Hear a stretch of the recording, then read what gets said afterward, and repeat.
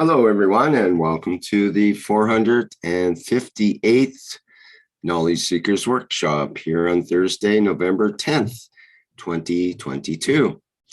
This is a broadcast of the Keshe Foundation Spaceship Institute Education Department and part of the Public Teachings in English. My name is Rick Crammond, and I'll be host once again in these weekly Knowledge Seekers workshops. And of course, once again, we have the pleasure of having Mr. Mehran Keshe as our guide through the universe once again here. Go ahead, Mr. Keshe, if you're ready to begin. Yes, good morning, good day to you, as usual. Wherever and whenever you listen to this series of Knowledge Seekers of the Keshe Foundation Spaceship Institute, we welcome you back and we try to add to knowledge. In what we just heard as an intro, it brings in and explains a lot of new things if you listen to it in much deeper way. We look at how life created on this planet. We understand it. But it had to go through a process of maturity, creation of brain, creation of organs, creation of emotion, creation of interactions, languages, and a lot of other things. But now that we are opening the doors of the space travel, when you land on the moon or another place, you arrive, and life has already taken shape, has dictated its parameters, you will manifest in a dimension of that position and time incomplete. In a way, in a completion of totality of what you need to survive if you decide to go in a dimension of tangibility, living in the dimension of physicality. What would happen to you? The energies you need for emotion of love in that planet doesn't exist. The energies you need for creation of kidney doesn't exist.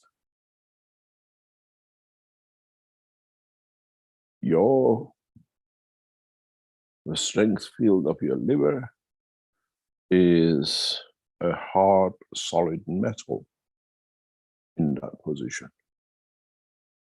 And your intestine strength of holding it together is gaseous state. What happens to you? How do you mutate? And how does everything fixes, changes according to the position and time? In a way, you are not born from evolution of millions of years. You arrived, you're there. The planet, the position in the universe has already evolved, created life of its own. So you have to fit in according to the inertia. There is another dimension which man doesn't know. Magnetic plasmatic inertia is different than matter inertia we have here. On Earth, we call it inertia. In space is a magnetic field inertia, which behaves totally different. It's dynamic. It is all the time adjusting itself into the space of time. You not necessarily appear on a planet, you appear in a plasma field, which is sustaining life, but has no tangibility of it. We know this life, we know, we have recorded it, as I've said many times, by NASA in upper levels of this atmosphere of this planet. When we look at the videos and recordings of the space shuttle and the space station, when we see astronauts sending us reports and videos of non-dimensional energy fields moving up and down within the atmosphere of the Earth, upper atmosphere, The same thing exists on the other side of the atmosphere of the Earth in the solar system. We always in space look at meteorites, asteroids. We never looked at energy packs because we don't have tools of it. We measure or we see energy packages coming from the sun and they create havoc with the satellites. But there are other constant, evolving, living energy packs beyond the atmosphere of the Earth, within the solar system. And each environment of the solar system has different life, the same as we have on this planet. We have a warm weather, we have a cold weather, we have snow, we have trees, we have forests, we have desert. The same structure of life without matter state dimension exists in the universe, in our solar system. And then they say beyond our solar system, in the galaxy, and beyond the galaxy, within the galaxy, and in the universe. We will understand these gradually, but we have to be prepared for it and not be ignorant of it, and don't take position that this cannot be. When you become man of space, the way you as knowledge seekers are gradually building up to it, you have to accept everything as you see. You have to stay open-minded. Because you work through the energy fields, you work through the soul. You have nothing to be afraid of because you're open to it. If you go back before we started the flight simulation, I said we listen to anything anybody says because it's their experience. Nothing to be laughed and nothing to be joked, because we didn't go through that transmutation. We didn't go through the cycle they went through. And you have become open-minded. Many of you listen to a number of the recordings of these people coming out of the flight zone, and you listen to them. Half mermaid, two lovers being on each other's lap. Because now you as knowledge seekers have become and are, and those who become knowledge seekers and the teaching and the technology opens up, we become open-minded. Because there is no limitation in the dimension of creation. And part of the teaching of today is this. What happened now, many of you went through the enhancement of flight system and you came out, you are testing, feeling different emotions, different contexts, different approach, and none of you or some of you put it down that what I went through in the experience in the enhancement center. But as more and more of you become passengers of space, you come to understand and see what we call cosmic rays, the strengths of the cosmic rays, how you use the cosmic rays to elevate your soul, elevate your position, how you manipulate understanding of the emotions of the man with the cosmic rays. Then you find new dimensions of love, new dimensions of interaction, new dimensions of what we call giving. So I was yesterday in the lab where the 4 new systems is getting put together, and walking into that lab, I walk in as a man, but as the systems are getting built, some half built, some things are getting tested, some things are getting added, I feel the emotion of cosmic rays and how it's going through that lab. The 2 systems are less than half a meter apart from each other as getting built up.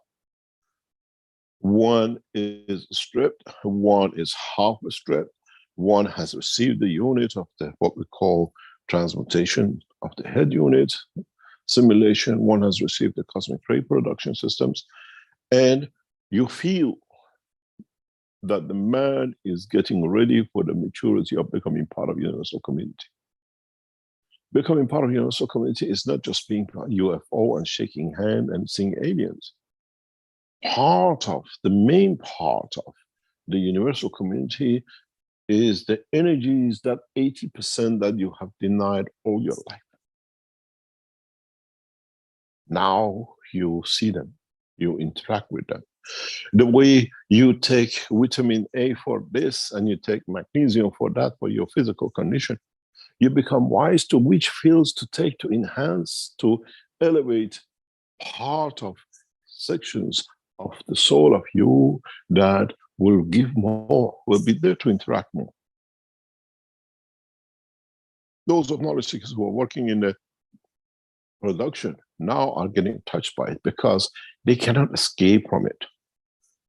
It is a space that they move in and out of it. Some of them are concentrated, some of them is getting put together, some of the fields, half in the system, half outside, interact and you pass through them. It's like the two pictures you have. You buy the two pictures and you stand in the middle of the gases. These are the fields. These are new dimensions, new emotions, new understanding of the technology. It's no use putting the units in lens in 3-4 weeks' time and you say, that's it, voila, you go in the center. You have to understand what you go in for. You have to see what you can do, what the system capabilities are. You come to understand the totality. Ooh, I was worried about the zinc and I've taken up iron. Now I have to look which fields, in which position I stand, elevates my soul in the dimension of joy, in the dimension of giving, in the dimension of strength of love, in the dimension of transmutation.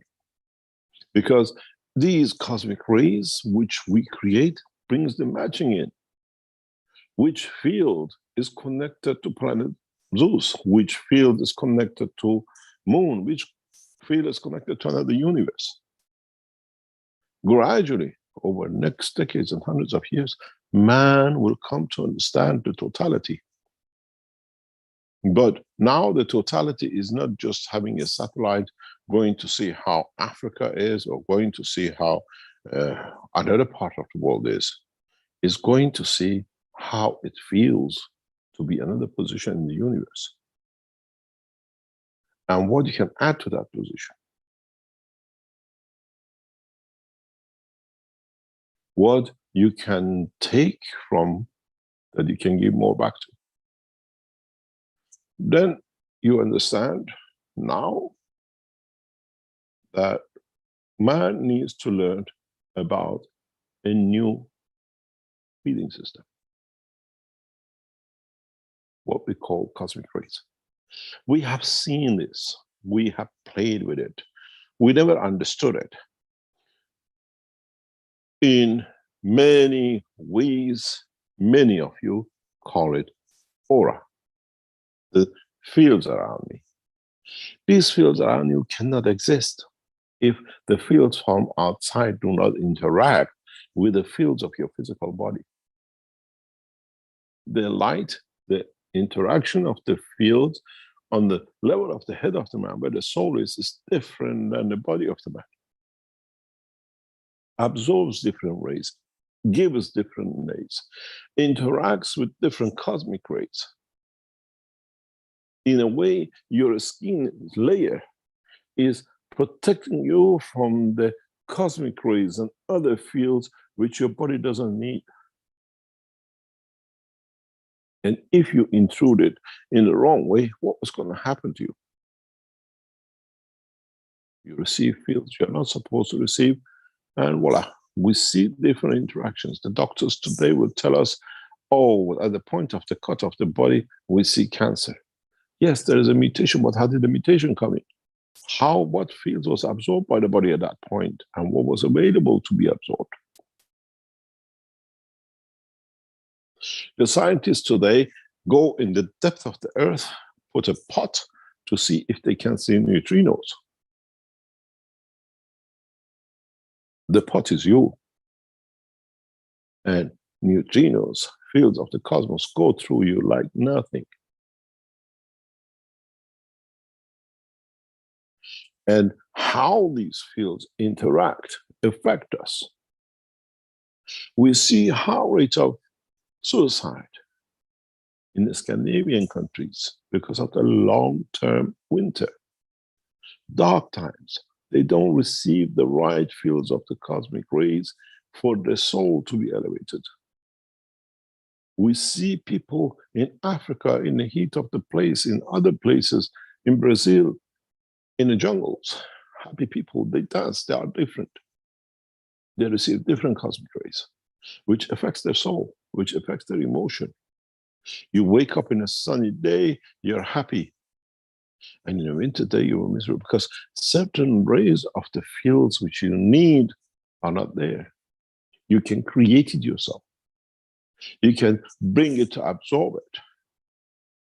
Does it matter if you fall in love is in the summer or a winter? Does the falling in love in the winter is different than the way you fall in love in the summer? These are the points that we have as knowledge seekers to understand about the new knowledge. Knowledge of creation, knowledge of understanding. And the more I go into this environment, the more I see how gradually mankind is getting ready for that step next. When you enter the new enhancement units, they are what I call a universe on their own. We have predictated the condition of cosmic rays in them. We can change the condition of absorption of cosmic rays, and we can change your mood, we can change your understanding, we can change your interaction with the universal community. The technology which is now in development, and most of you in next few weeks will come to test it. Those of you who became mobile, what we call people with registering yourself to become a mobile transportation, those of you who became satellites, those of you who becoming transportation through space will feel this, will go through this. We see how humanity will go to the next step of understanding the new knowledge. We did not know about the currents, we did not know about the computers, but we came to understand the currents, and then we came to build the computers, and then we realized, oh God, they have been here all that time.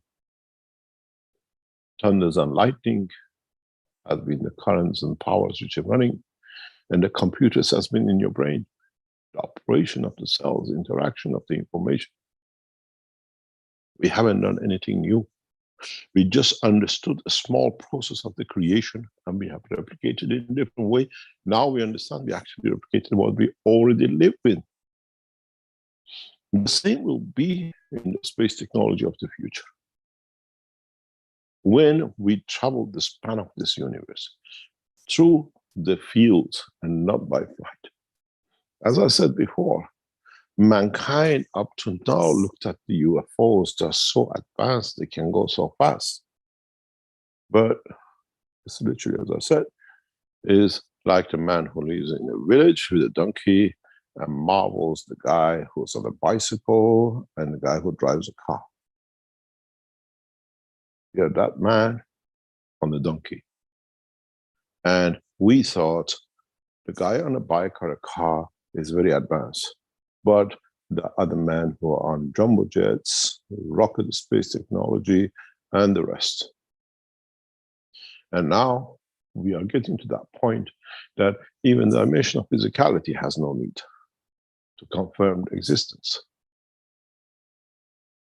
It's a different knowledge, but in a way, the same understanding. Would man come to be part of this, what I call a structure? Would one day man become to understand a fraction of the totality of the knowledge of the creation? This is what's on the table today. When I sat yesterday watching, looking at the new systems, knowing half an hour before, I was in the lens in the other two systems, working with their effect, and moved to the laboratory, to the factory, to see the new systems which are getting built. It's literally like a donkey and that car, even though they've both been built in the same environment. The space gap of knowledge gained has created the gap. The space gap of emotion which is learned has created the gap. When you walk into the laboratory today and you see the system, if you understand it, otherwise it's the same frame. If you've been there, nothing has changed, a little bit bigger. But the technology, which is the understanding, the essence of the creation, is a donkey to rocket propulsion difference. Man with the knowledge of today, compared to what is in the laboratory, is literally like man has not even walked, let alone to get on a donkey. And the knowledge, understanding of the man in the rocket.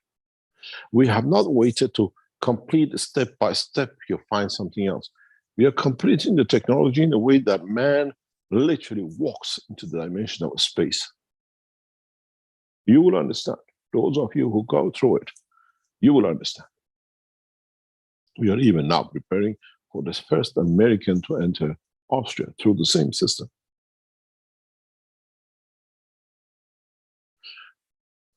How would he arrive? In what level he'll bring his knowledge and what they call human characteristics with him? Would he appear in Austria with a black hair, blue eyes, and whatever else? Would he speak fluent German? Would we still recognize him as the man we lifted out of US?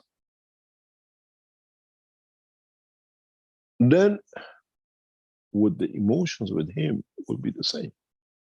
Would our two first emotions, which will be sent to moon in hopefully January, February, March, as soon as we can complete the other tests, how would they arrive on the moon? There are a couple, one Russian and one European. And how would we see them? How would they see each other? Would they find each other on the moon?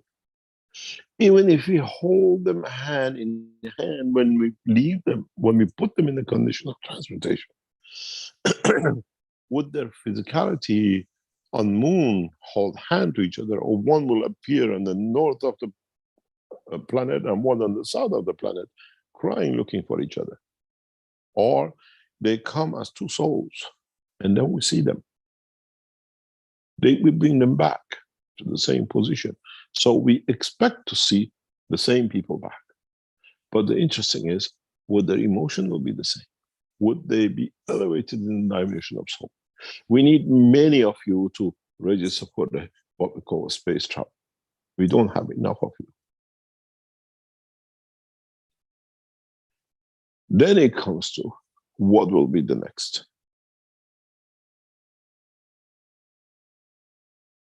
How would governments handle this? How would us as a humanity handle this new change? It's a new knowledge. It's a new school. It's a new language. It's a new technology. Or do we try to put human parameters around it to control it that we are in charge of, we are in control of?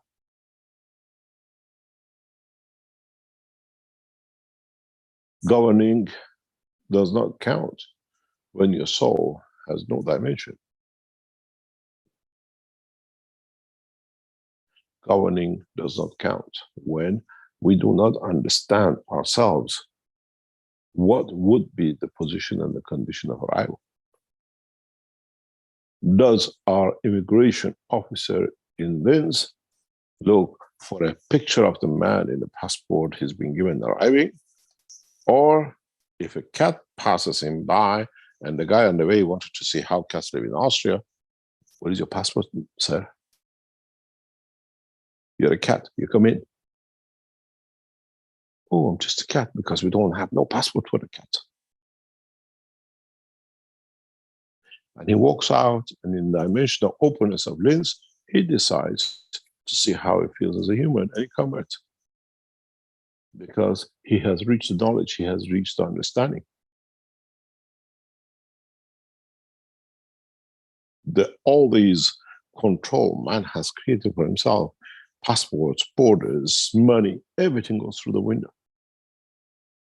If I can travel in the dimension of the soul and change the physicality, I arrive here, I have no money, I know how to disappear and appear and how to change the strength of the fields.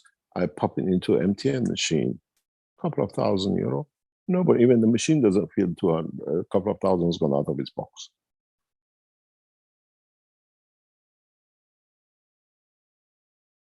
Now, you should start understanding the implication of the new technology.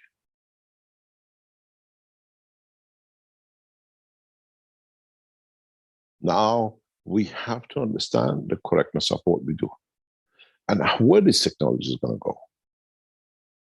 Somebody wrote to me this morning, somebody says, Knowledge Seeker Mr. Keshe says, talk good, do good, whatever. Yes, we do, but we do according to what you tell us is the truth. And we share that truth with the others. And this is how it will be. You understand the truth by yourself. When you come in, you know the parameters, you know the conduct. When you go on moon, you go to another dimension, there are no banks, there are no restaurants. How do you survive in that environment? They never heard of banking because they take whatever they need from you, or they eat certain things your body cannot take. On earth, you will not eat. But it's the point of survival, or you tap into the universal energy and feed yourself through the soul. But you pretend to be one of them. Yesterday, when I went around the new tool system, I see the soul of new structure, new life. Life that us as human race are not aware of. I saw one of our knowledge seekers who was building this having lunch. And it was amazing how I saw him, and it's amazing how he saw himself.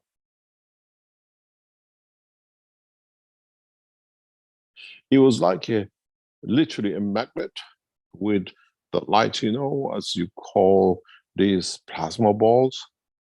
You see the lights going. What was going from the system to and back from him? You got to understand the new technology, the new source of essence of the new space systems is very much, as I explained to our knowledge seeker, is like these plasma balls. You remember when you turn it on in your physics classes and you see fields coming out in different color rates and just move everywhere? Now that ball is your soul. It's you who decides where to which system, which reactor, which space, time, and position you interact with. Go back to the understanding of the physics of today. We always thought that lightning comes from the sky, but actually the lightning starts from the earth, because it's the soul which sits out. Now that earth lightning God is you, it's your soul within the physicality of you. Where do you want it to connect to? Now you have a choice. The first few times you might burn yourself, you might end up somebody you don't want, but you know the reference point back is Earth. I go back and then try again. I come here this time with different field of strength, and I'll survive it. I taste it. I enjoy it. In the structure of newer space technology, we confine everything with the cosmic rays. We see the dimension of the field transformation. In a cosmic rays, we are now working in hundreds billion Tesla. We work with macro and micro and pico magnetic fields.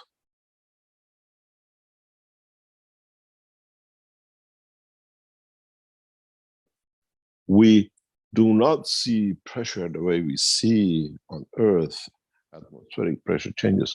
We feel magnetical plasmatic pressure, the way it changes in the fields of your stomach. I always say the best thing you understand, that you understand how cosmic dimension of fields is in your body, is the odor you produce. Your body produces a gas, and your body changes it from a gas to gas and then to the odor. You are a living example of the interaction of the field in a cosmic ray, in a matter state, and in a plasmatic state. But you never understood. You never could analyze that the odor coming from my body was a gas. And in the process of the layers of the skin due to the construction, it became a gas. And again, through the last layer interaction with the environment, became the odor. We are a living cosmic ray field transformation, but we never understood it. We just went about, at you drunk. I'll silence it. I don't let it go through the last transformation. But then we call it the aura. Again, interaction of the collective body fields.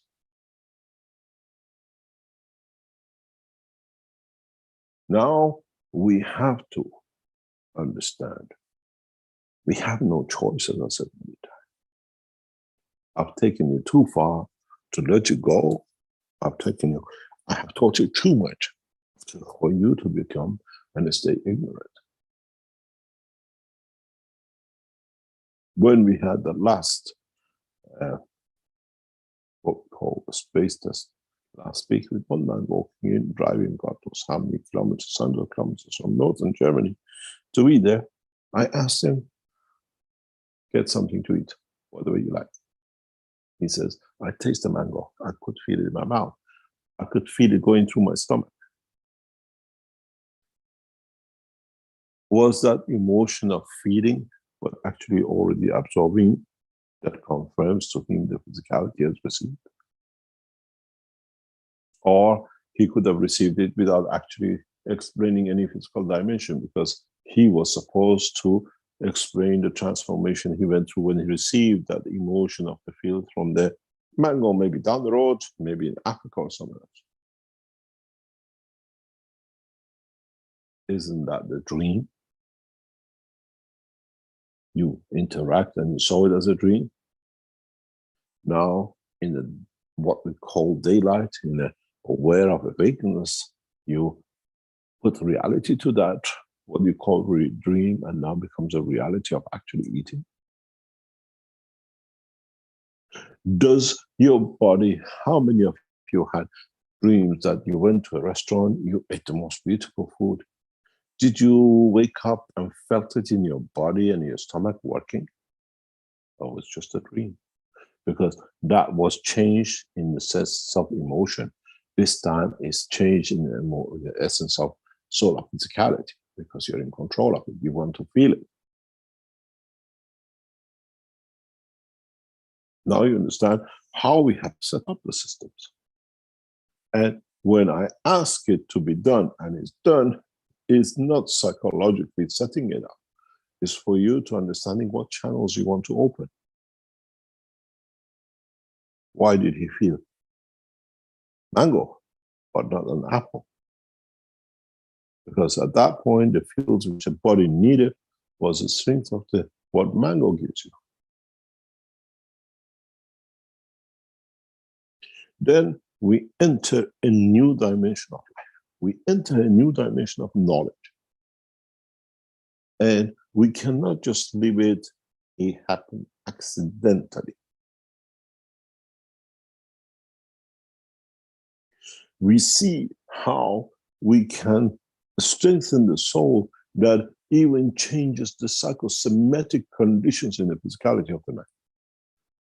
And how this knowledge, how this energy grows to be so powerful, which we ignored, which was that 80% of the energy which we always ignored, we receive.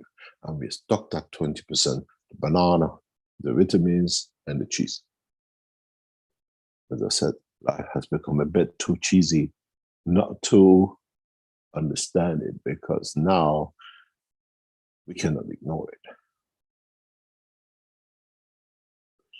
Understanding of the new process of cosmic rays, interaction of cosmic fields on the structure of the field of the soul of the man, physicality of the man, on this planet and beyond, will become the knowledge of your, what I call entertainment, enjoyment, survival, whatever you call it.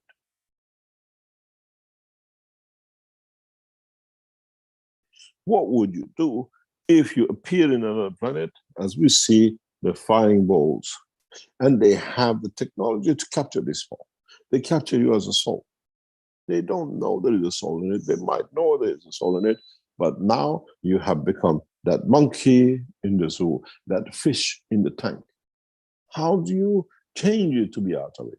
Or would you stay that monkey in the zoo for the time of your life, of whatever it might be? How much connection you have between the soul of physicality and the soul of the man, dimension of physicality of the man or entity that he can transmute between the soul and the physicality, depending on the interaction of the fields.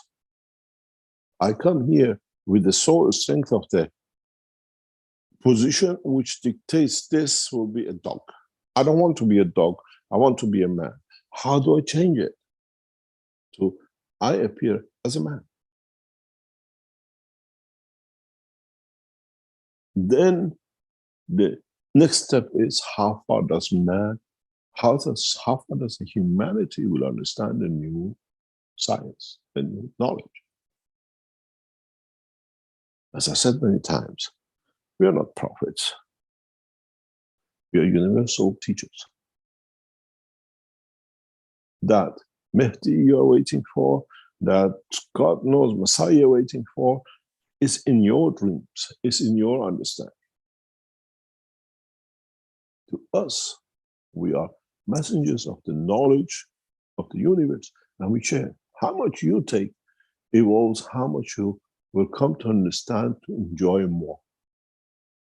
It's no use going to a man in the back villages of Africa and trying to explain to him the beauty, how Niagara Falls, unless you've been to Niagara Falls and you've felt the emotion of the water, how a skyscraper is, how does it feel to be in a jumbo jet? There's no meaning to him, because he hasn't been educated. He hasn't had the television, he hasn't had the mobile phone to see such a thing exists, that wishes to see how it feels to be part of it.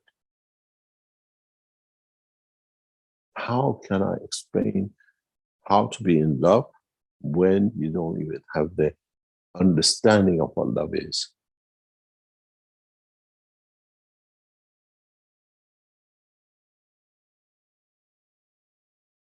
You are ignorant of it because you've never been taught of it, you never come across it, you never had the intention of it.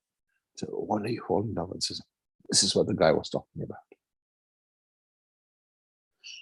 And all I say to you is fall in love with your soul, with a dimension of the soul of physicality that you can live together in any dimension in the universe.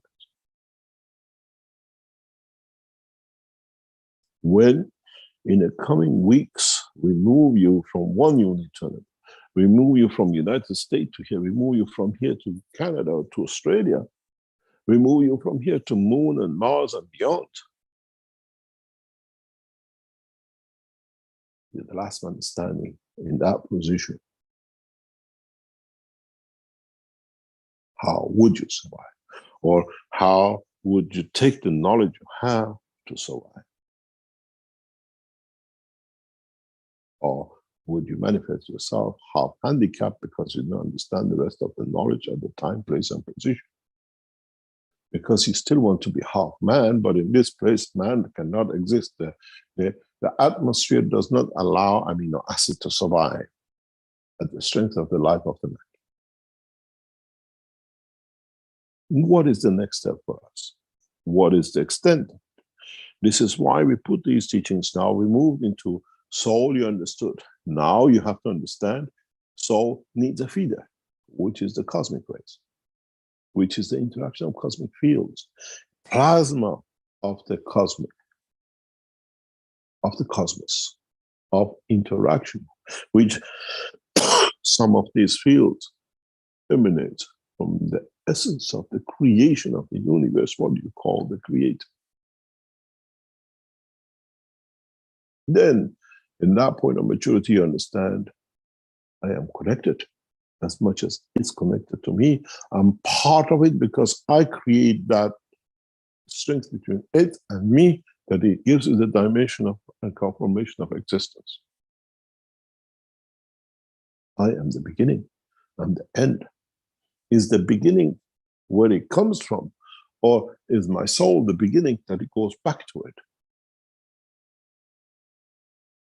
There is no planet if the fields which came from the sun does not slow down in the atmosphere of the solar system, and it comes back and creates that inertia, that mass that confirms the existence of the sun. Otherwise, there's nothing there, it's just a field moving. When you put the earth in front of the sun and it creates that light, it confirms the existence of not only the earth, but the existence of the sun. One cannot be without each other. I am the beginning and I'm the end. I'm the confirmation of one and it's confirmation of me. This is what I tell you, and I always said, there is no line between theology and what we call life, and science, and technology. Once you understand the science of creation, you become theologists, and once you become theologists, you confirm the existence of it through the manifestation of physicality. Then, what do we need? These, what we call people who try to tell us just because they think they can, or is it our ability to be able to do what we do? Being the source and being in contact with the source, because we always ignore it, now we cannot ignore it. Many of you will walk into these new systems and you become light. You shall not see, but those who would stand outside will see. But to what strength you become that light, to what conformation you become to exist to be that light. I'm made man in the image of myself. But how man will come to accept his own new image? As I said, we brought you from, if you remember the first time I tried to explain this in a Coca-Cola bottle, very first time many of you came in touch with the knowledge of the Keshe Foundation. Nothing has changed if you look at the shape of that Coca-Cola bottle and the enhancement unit. Those probes in it is the helmet you wear when you go inside. The head unit. And the atmosphere inside, the cosmic ray inside, the fields which create inside, is that magic liquid which you've all been asking for decades. What's the magic liquid in a Coca-Cola bottle? Cosmic rays. Now you are more knowledgeable, you can understand it easier.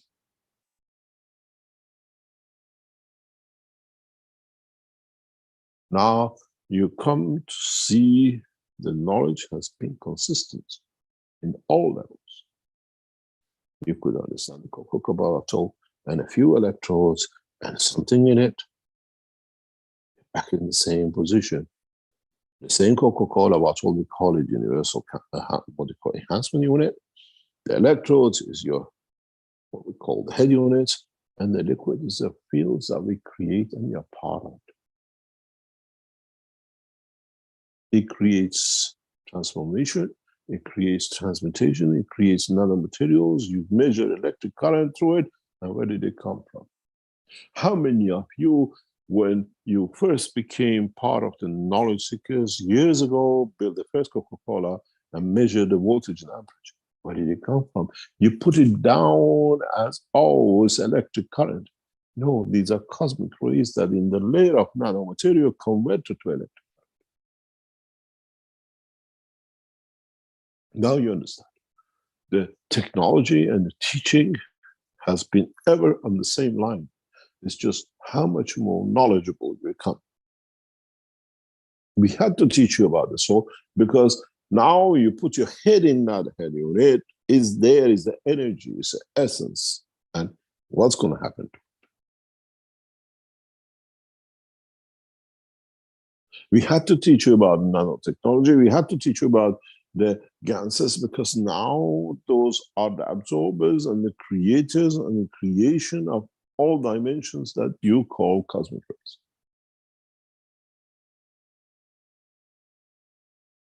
Then you understand the new technology, the new development in the science understanding cosmic rays produced by us is not anymore in the space, is not anymore the cosmic rays. The new alien of the knowledge of the man is a cosmic ray on this planet. Because now we produce it. Now we control it. Now we understand its interaction. Now we have found the magic 80% which has been feeding us, and we've been ignoring it because we were ignorant of the knowledge of the creation.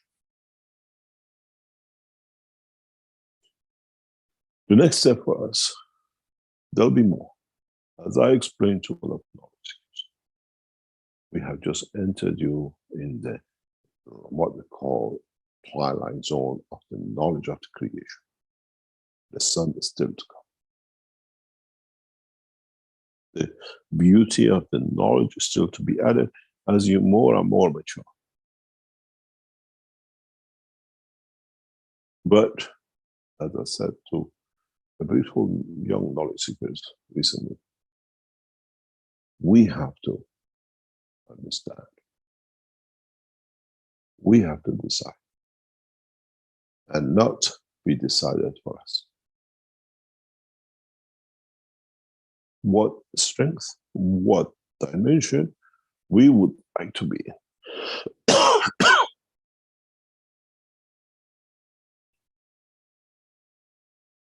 If you see a horse in pain, can you change the strength of your soul? Then you can communicate with your soul and find out what it is the pain is, and convert back yourself to the human dimension or interaction of fields of confirmation of information between the two, and give him the right remedy.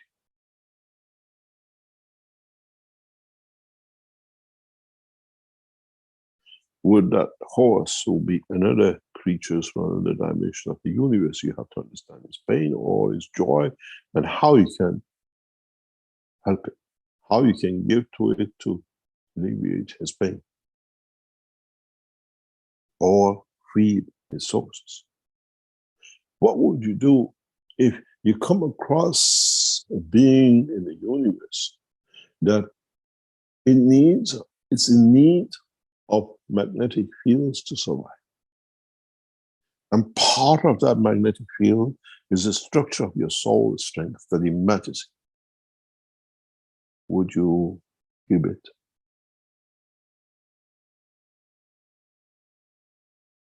Or would you hesitate giving it to him with the end of me?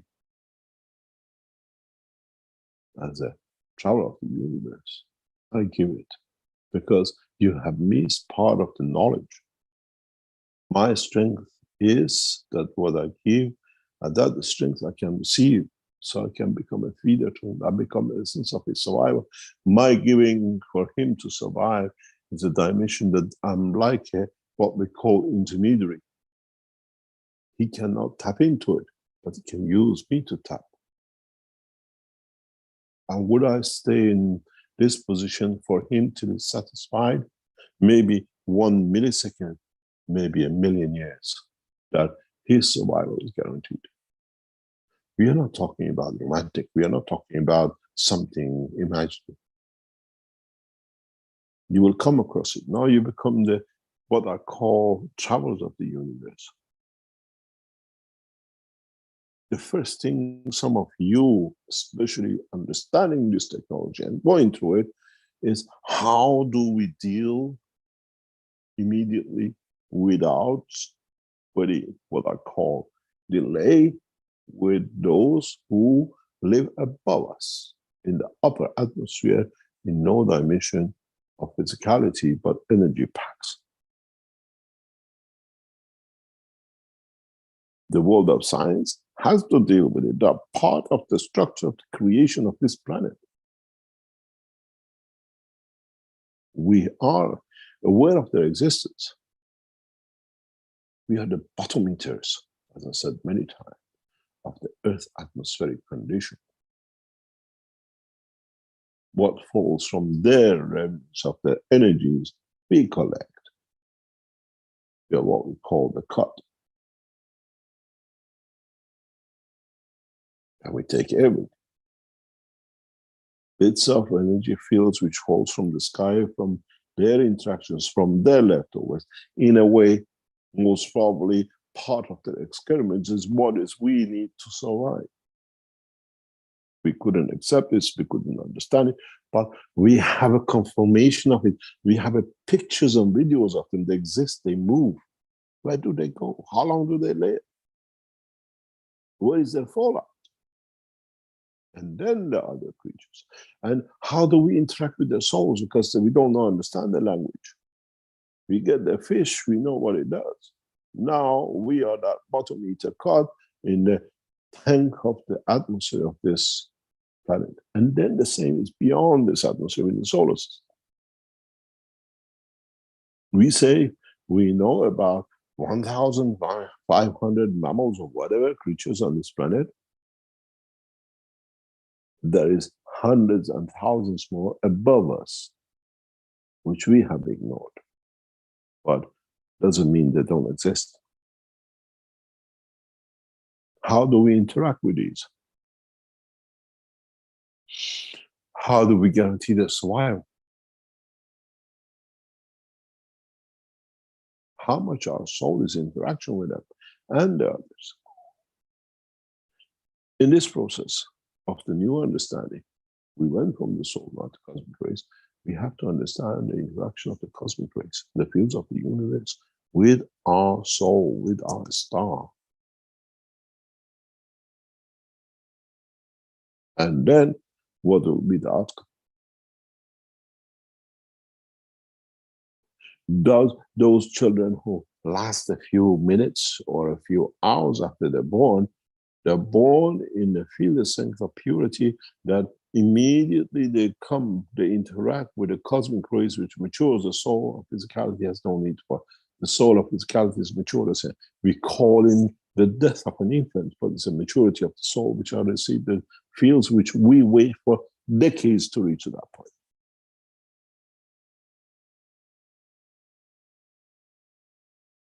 Because the soul is there, it's interacting. Instead of receiving 80% in bits for it to survive 100 years to mature, that it can live instantaneously at the point of birth, because of its strength field collection, has touched it and matured it. There's no need to wait. We know this. And I said many times, go back to teaching. How do the babies and the infants communicate with each other and they know their position in the hierarchy between each other?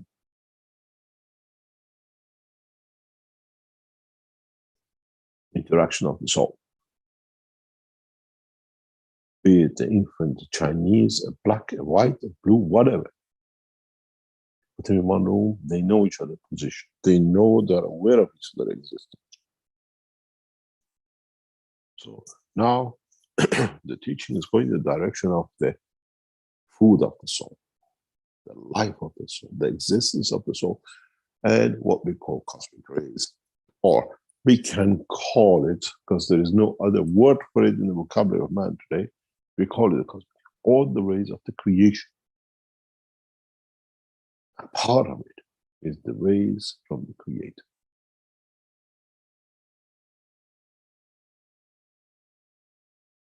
In a way, the rays from the Creator to you is like that satellite beam feeding back the weather forecast. It's going to be rainy, it's good here, it's going to be sunny today. Your soul sends messages back to the Creator. Here is a problem. There is something needed. There is something, the weather is good. Everything is happy. We receive enough food. We are that satellite, as the Creator is satellite to us. Because there is no physicality tying him down to anywhere, as our soul has been tied down within the dimension of the physicality of the world. Understanding separation of the different dimensions and the strength of the what we call universal fields or cosmic rays will be one of the main occupations of the scientists of the future. You found a new vitamin, you find a new plant, you find a new animal today with the science. Now with the understanding of this creation and the process of the creation, now we look for what field the strength will give us the position to such a galaxy. What such a field of strength will give us the strength of the emotion of happiness. And as I said, in Quran, Muhammad bless his name, says, I've written 99 names of the beauties or attributes of the Creator. And one, the last one is when you read the whole Quran, we come to it. That whole is the creation, it's the universe. And those attributes are different interactions of the fields of the Creator within the man, within the emotion of the Creator itself. So, how many more essence of information, dimension of field of the universe, man still needs to learn? 99 is a scratch on the surface of the knowledge of the Creator. 99 power, which means 10 to the power of 99, might just bring you to be a small part of it. How many much more emotions and attributes of the creation is there that we live with it, but we are not aware of it. Then you understand, we need in the coming time to understand how we create, what cosmic rays we create, what I call interaction of the fields of the plasmas we create that leads to create of the condition. This is the essence of the new enhancement.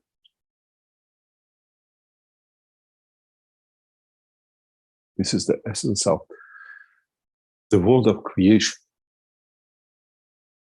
Then it comes to the point, as knowledge seekers, as Mr. Keshe moved the what we call the goalpost further, we came to learn about the GANs nanotechnology. He moved to GANs, he moved to the other one, he moved to the soul, now to cosmic rays.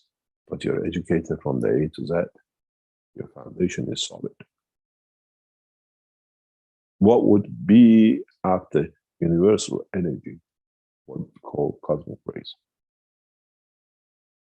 Would it be then that I understand the essence of my own creator as I am part of it and it's part of me,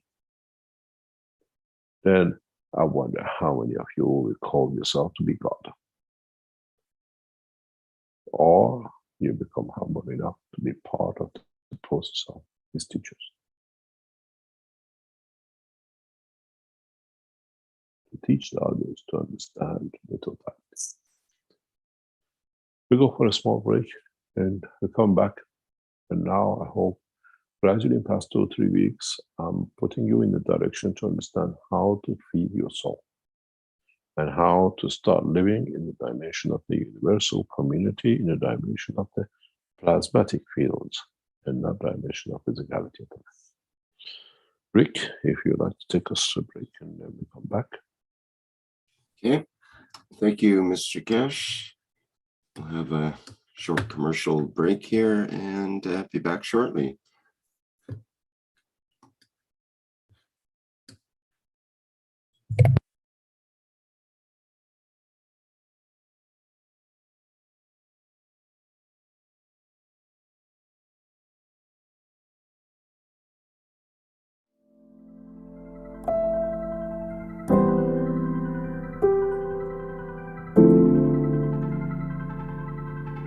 The revolutionary new Flight Enhancement Spaceship Unit is due to be launched in June 2022, and in the same year is expected to fly passengers into space, to the moon and beyond for a day or even several days at a time.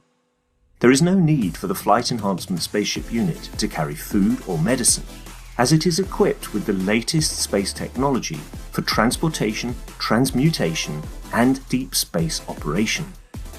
This extraordinary breakthrough technology ushers in a new era of travel without the need of fuel, food, or medicine, even during the longest excursions into deep space.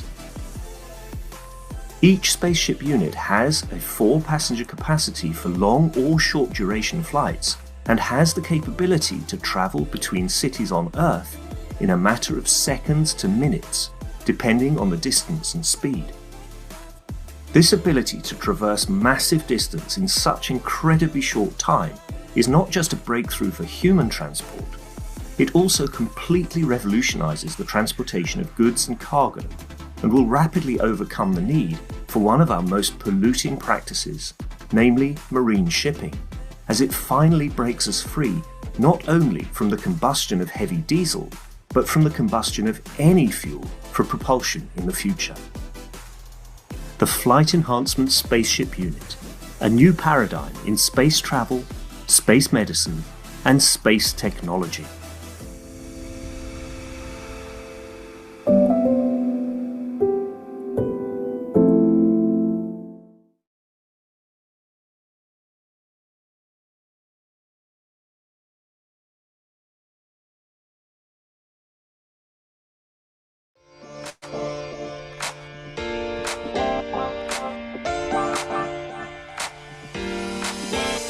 The new Horizontal Enhancement Spaceship Unit, a space technology that allows us to work with the fields of the universe, creating a wide range of plasma field interactions and conditions.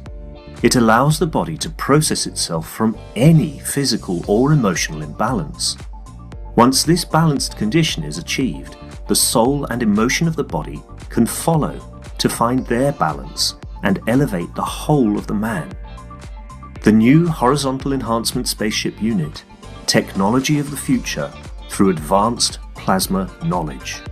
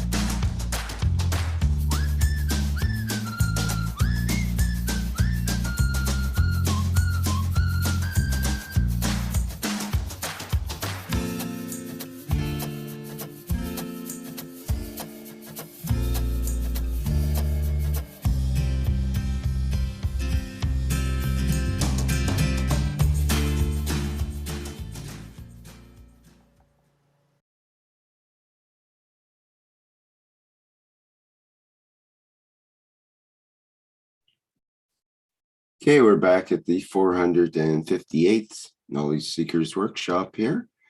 And I believe Mr. Kesh will be ready to entertain questions in the second part of the program. Is there anything you'd like to say first, Mr. Kesh? Not really. I think we have to gradually, what we call, educate our people to understand the process of creation. That there is no mysticism and nobody is above one another. And we all become knowledge seekers and share the knowledge of the creation. And that's the whole essence of the teachings we do, because up to now, all these has become exclusivity, and somebody who understood more became whatever.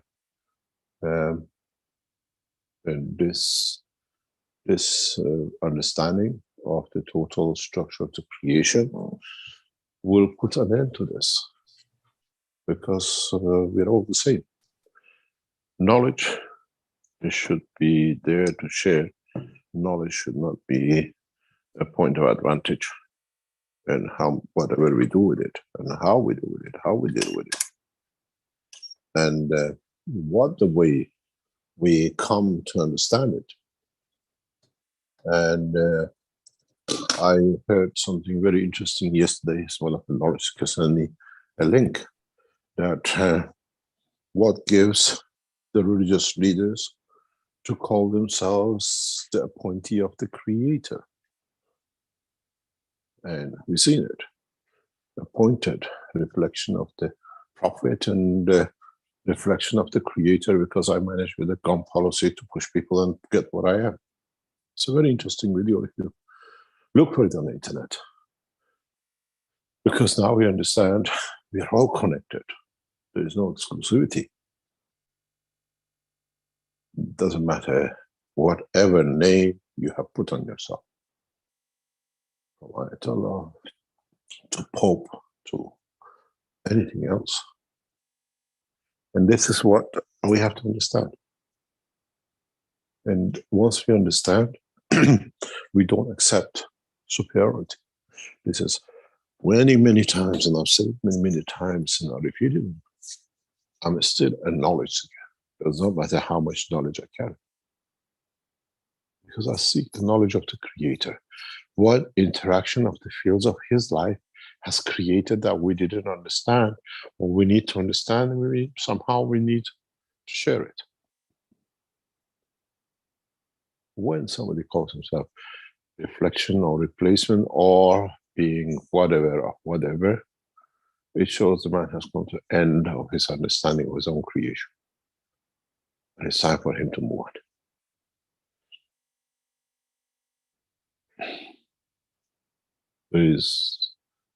If you listen to the first intro, we're talking about the enhancement units we just had a few minutes ago. Listen to it. And listen to what we thought in past 2 or 3 weeks and even today.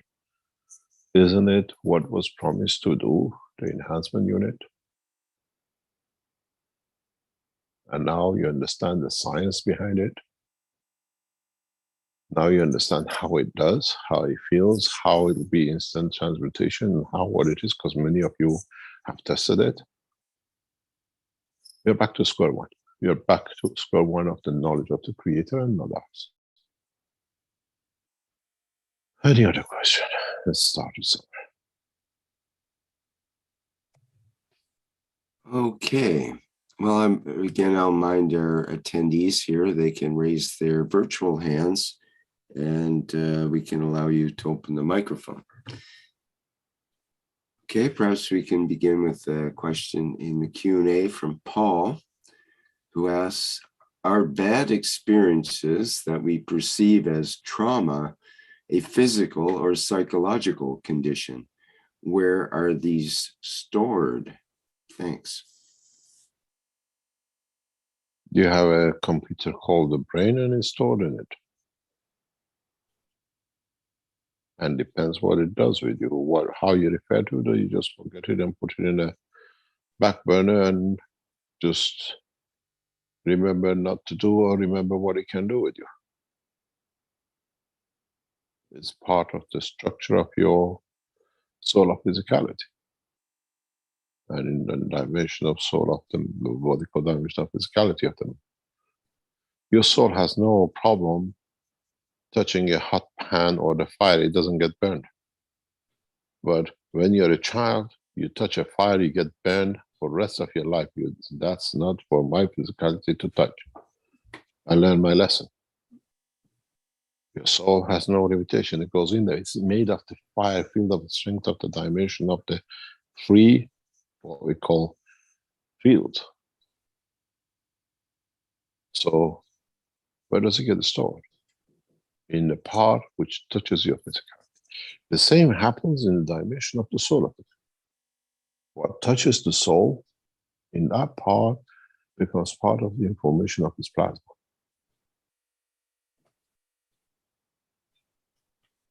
You might create an evolution, a revolution in it for a while, but then it settles down. It's like getting hit by a meteorite.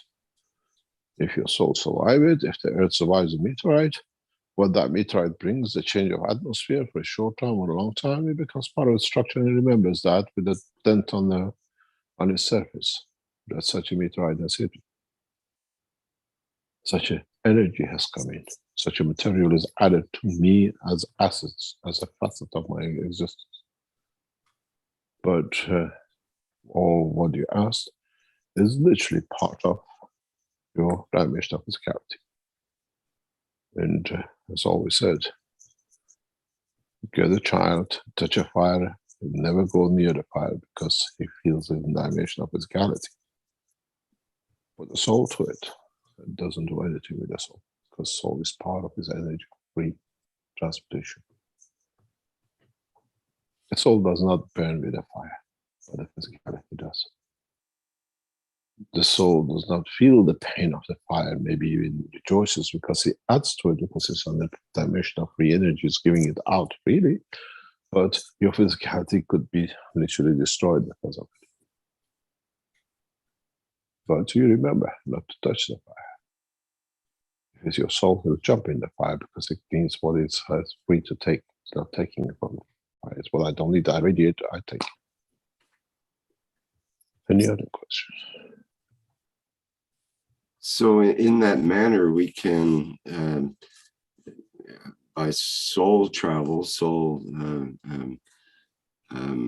flight, we could place ourselves on the surface of the sun, for example, and we don't feel any pain. There's no...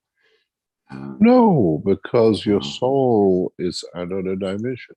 You will see the interaction of the fields.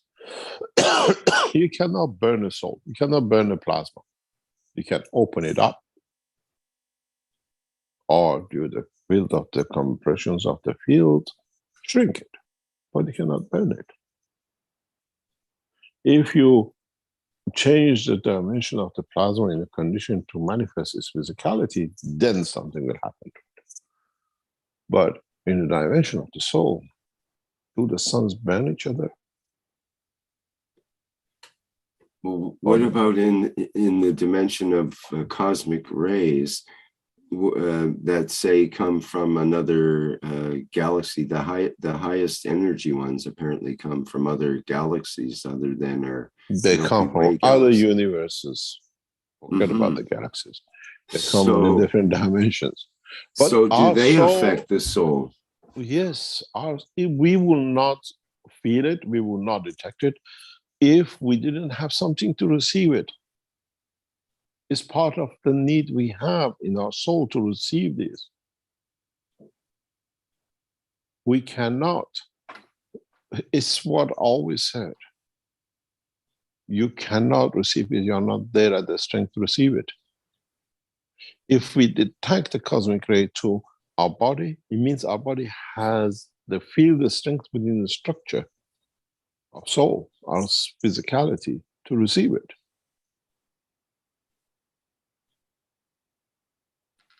It is not just for somebody else's. If it interacts with us, if it If it's there in the atmosphere of this planet, it means the soul of this planet has that field as part of it, that it attracts it.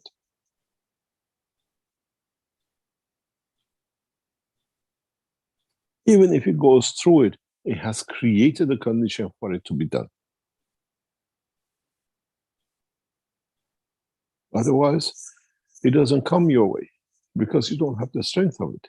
Even if you're in passenger of a passage of it, it's going through 8P to get to the source where it is or connected to your body. If it wasn't a strength field dependent on it, will move away. Look at the magnets you put on the table. The fields move across, the move field aside when it's not there, when it's interacting with them and the strength they need to interact with.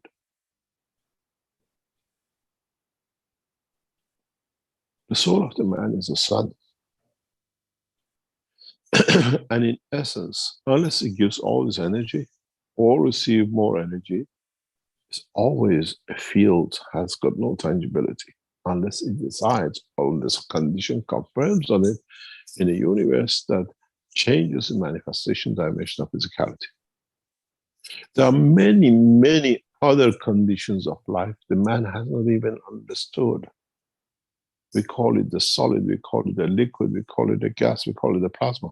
There are many, many other conditions beyond this that man has still to understand. There's a 10th state of matter, there's hundreds of states of matter. But we haven't understood. How can we explain it? It's liquidish, but it's gassy liquidish. It's solid, but it's liquidish, solid with a gas. Remember, always go back to something very simple. You all play lottery. You take 49 numbers and you choose 7 of it. And to get the same combination twice, you need something like 14, 15 million combination. Now, the field strength of the universe is 10 to the power of 49 to the power of 49, if you put it that way. See what combination a few of these can create and have different strength of.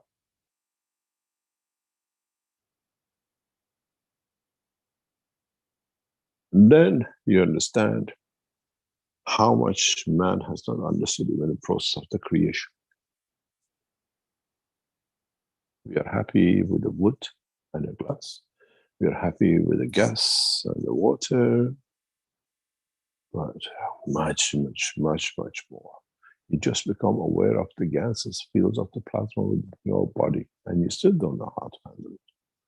How does it, that gas becomes a bone, and how that gas becomes my hair, and how, in which position, we call it the root conditions created to convert the gas and the gas into hair. And why suddenly my hair changes from white to black and the black to white?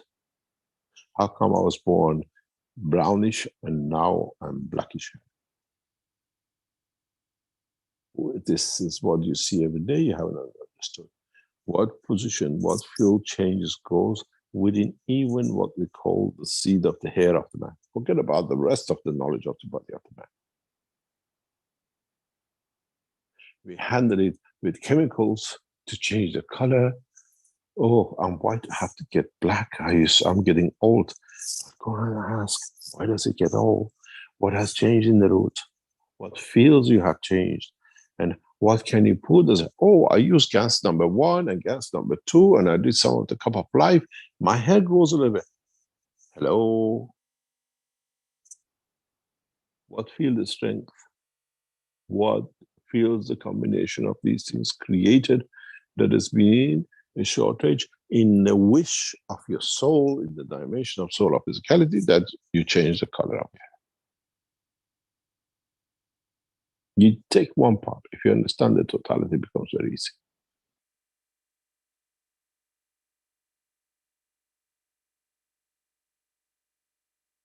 You can stay hippie as long as you live in every dimension of the universe if you know what field energy that hair needs to grow and stay hippie and black. Why some people don't change any color of their hair and they've got a bushy hair all their life. They're born with a carpet and they die with a carpet on their head. God knows bushy. We haven't even understood this. How come your nails produce the way they are? How come your skin is the way it is? We always looked at physicality, look for the interaction of the fields, interaction of what creates that condition of the fields. Then you can be anything you like. One of the experiments we'll do in transmutation very soon is changing the skin color. When we transmute you from one unit to another, we ask you, would you like to be blue, blonde when you arrive in another unit? Or what your wish has been? I wish I was born black. Would, when you arrive in another system, will be black. And your mother denies you, says, Mom, you tell her all the stories she's done with you. I had a white child going in this machine, you come out of like, cannot be.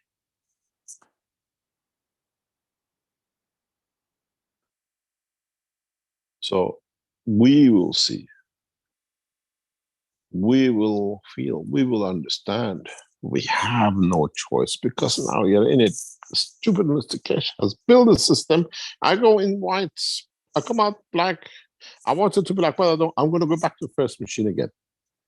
Sorry, come on, zebra. Because half of you wanted to be black there, you wanted otherwise. So we made the zebra out of you. Come out as a human with a zebra. Is that good enough?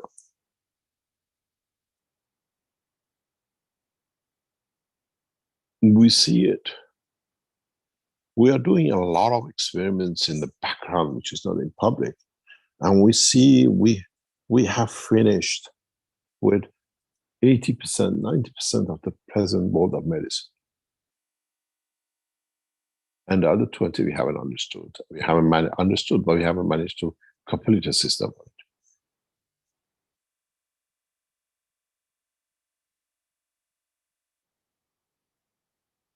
We've done with a huge amount of the productions and energies. If I tell you, you laugh because you don't understand. You know, if you remember the lady who could taste the water and drink as much water, if you understood the implication of that, if I create the same fields and sustain that fields over the desert, over the plantation, would the plants and trees wait for the rain, or they take what they need as much as they need when they need? Have you ever understood? We know the fields of transmutation of the field of the water from the cup to the man. As she felt she was flooded, she was taking so much water and she could feel it. I can do the same with the plant. There's no need for irrigation. To you is a magic knowledge. To me, I know exactly what to do with it.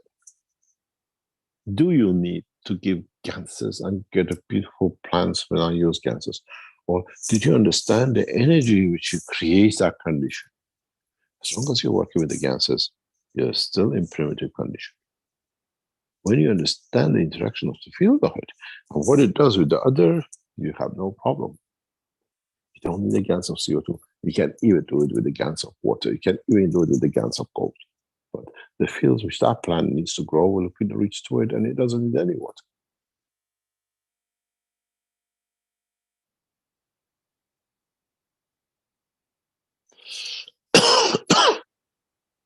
Understand, as I've said many times before, interaction of the fields, and then you're free from the shackles of physicality. But now when you understand those, Now you have to understand the fields of the universe, what you call cosmic ray. Universal fields, not cosmos. Cosmos is limited to man and his universe. Universal fields goes from the creator to the man and beyond. And then we are complete.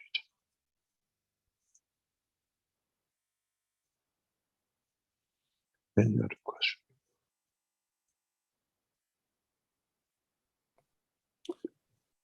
Okay, I've got a question from Brazil, from Claudia, through Cristiano.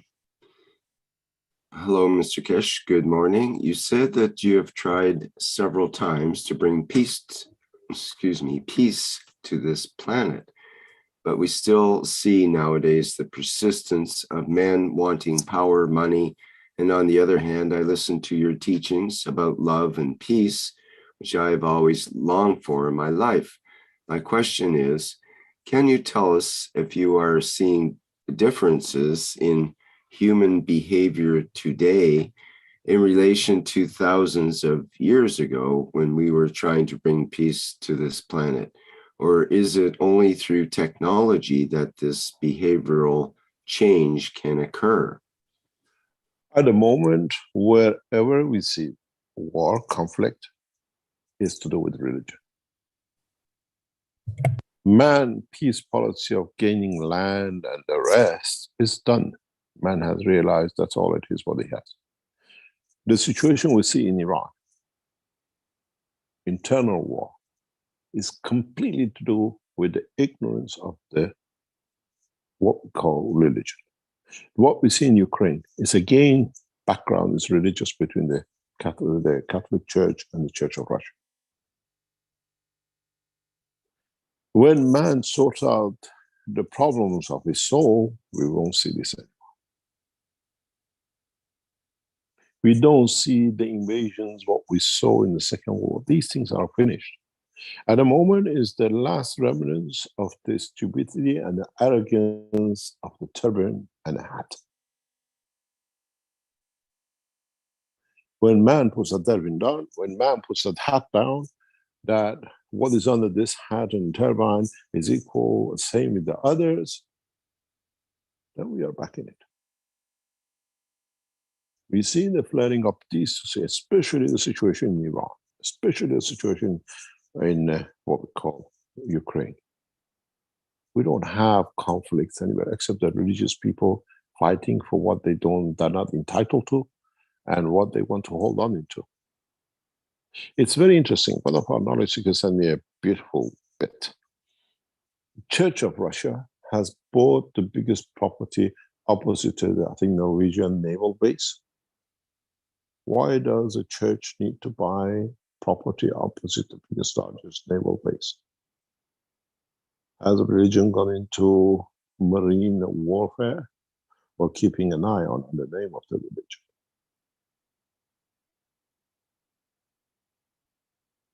The wars of today, the way we see it, is irrelevant. Man soon will solve this because once you learn your role equal, religion doesn't go anywhere.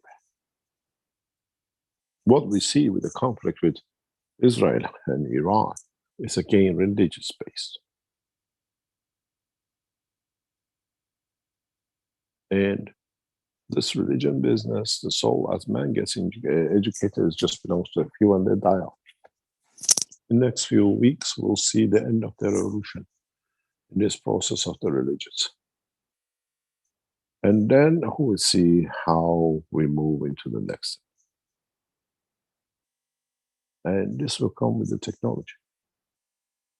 Once we start moving people around this planet through enhancement into the evolution of soul, all this will go through the wall. We are a few days, few weeks away from it. I've seen the evolution in the knowledge seekers who are building the systems. I see changes which is coming up with the spread of the technology in different ways. A lot of you have volunteered to be satellite, and some of you are there to do the what you call mobile translation. New people who become mobile translators will change the world, will change the perception of the superiority of the soul, and you change the superiority of the travel and control.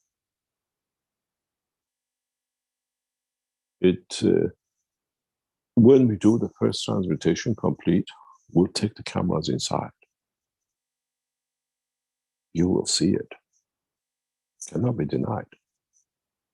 Then, would you like to spend 18 hours, come from Sydney to London? Or would you spend 18 microseconds and do the same thing? Then would the governments allow you need the passport to come in, or I go where I like? You make sure I'm comfortable when I arrive. I know how to get into your MTN machines and have as much money as I need. Every time I run out, I just pop in and pop out. It's a very interesting, very interesting position. And I go through it, I've been through it a few times. If you're not in it, you cannot understand what I'm talking about. But if you feel what I'm talking about, it gives you an amazing experience when I speak about ATM machine. If you listened, if you haven't been to the center, if you listen to some of the recordings when Dean interviews some people on the software, you hear like a noise in the background, like a forklift moving, and noises in the background, because the back of the two enhancement machine, you see a white curtain. Behind this white curtain, there is hundreds and thousands of ATM machines brought in to be installed across Europe or whatever. Be it from parking systems, automatic, being like cash machines.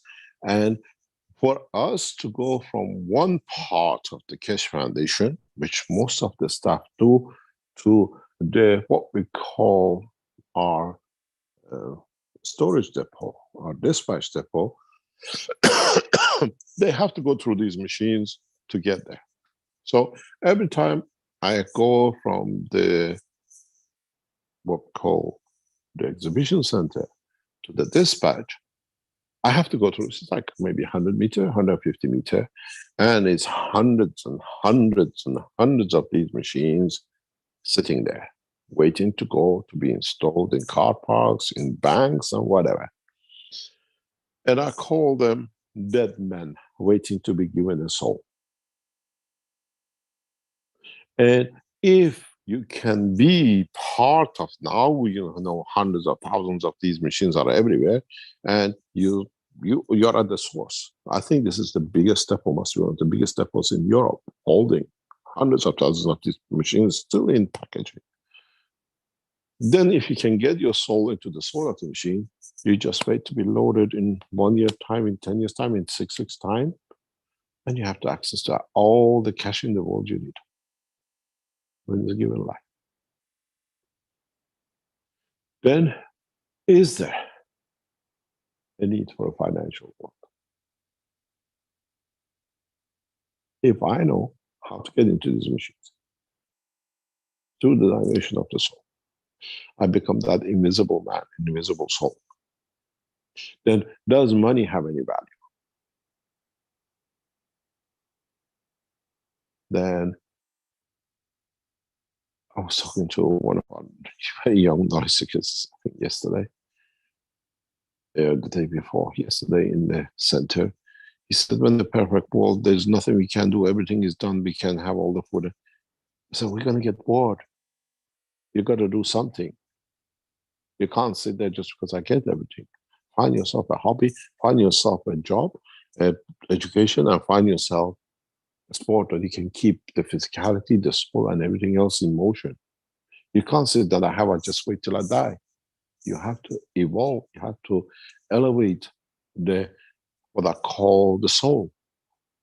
You can't just sit there. We don't see people in the universe sitting there just because my soul is created. I wait here till the soul is finished. We don't have zombie souls in the universe.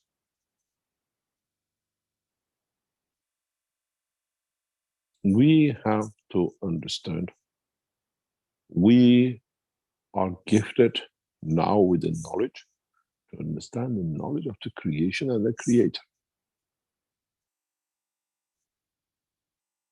would we use it to bring to ourselves superiority, or do we use it to bring balance with others, that we are all equal? In this interview, as I said to you, sent to me, it's one of the Iranian mullahs. In his talk, he says, who these people think they are, that they are from God and they have the rights to kill with the name of God. And he's a clergyman.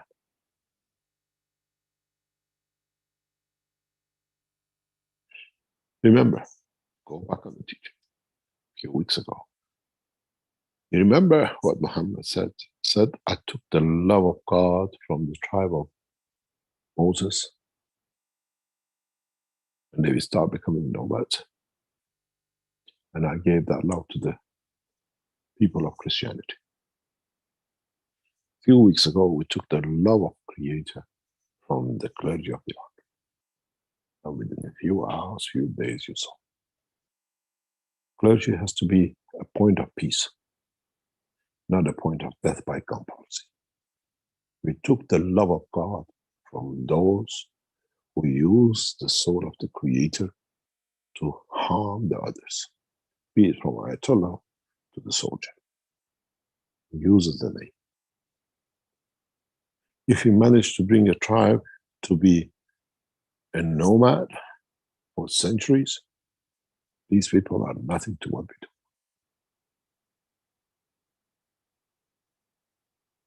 Doesn't matter in which side of the Islam you sit, Shia, Sunni, be Christian, whatever you are.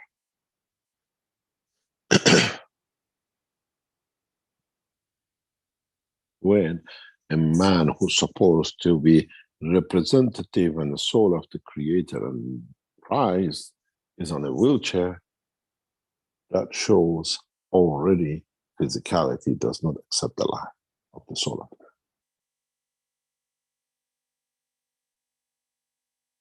You remember a few years ago, I explained to you, we built a unit to go for the Pope because he had a knee problem, he couldn't walk. And we helped him and he walked. He went against us, he's back on the wheelchair. He went against all of us that we wanted peace, and his game is war.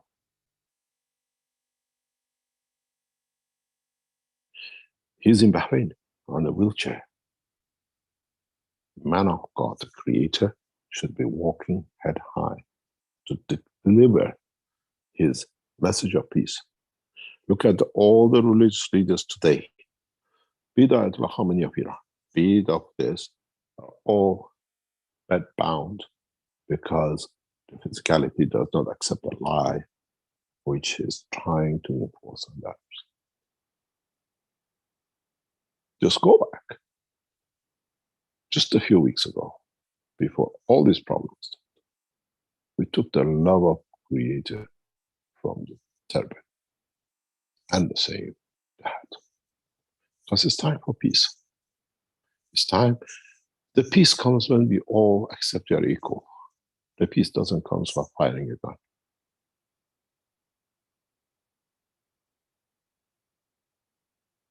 And peace comes through the soul. And we still have those who think they're arrogant, they can muscle it. But unfortunately, this time they muscled it. And we'll see the change.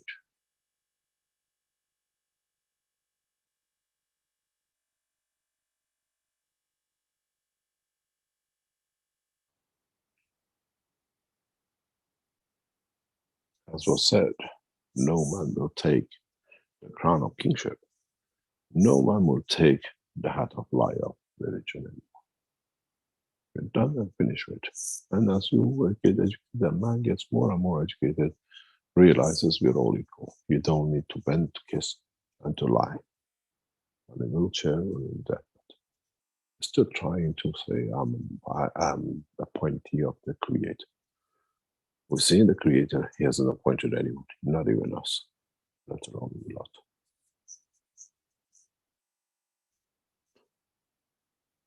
Any other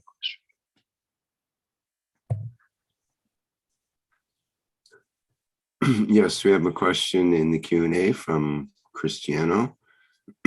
Actually, this is the second part of Claudia's question, I believe, or a second question. You taught us that inhaling CO2 gas can quickly elevate our soul of man and make us peaceful men. With the planetary transition, where planet Earth will change its position in relation to the solar system, the amount of cosmic rays and greater amount of hydrogen will change on the planet.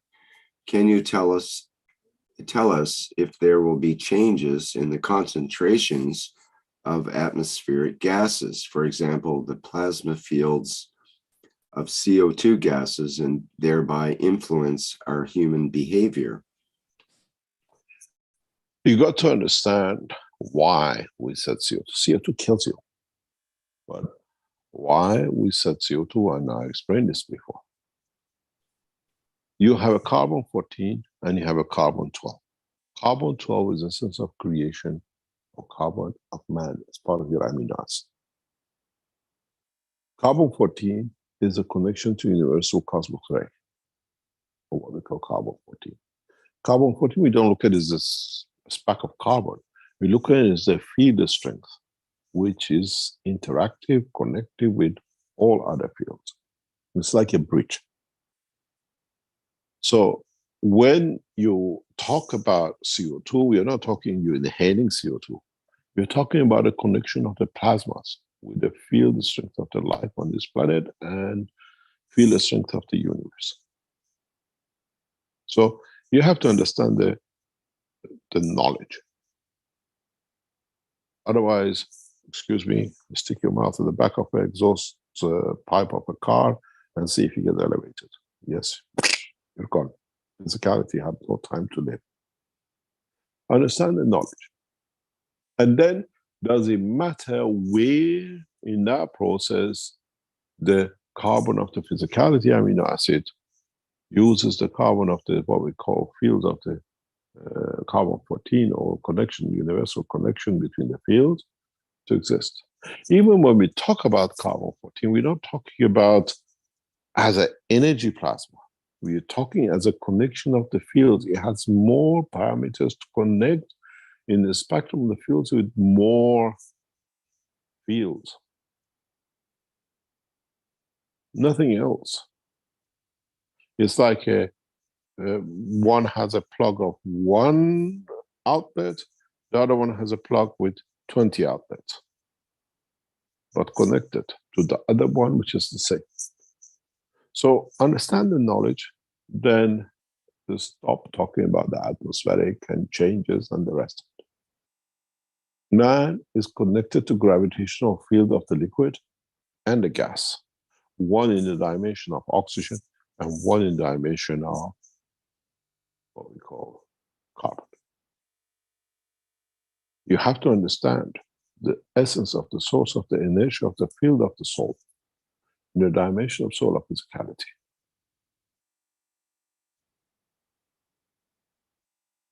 And then you understand why you have nitrogen in your amino acid.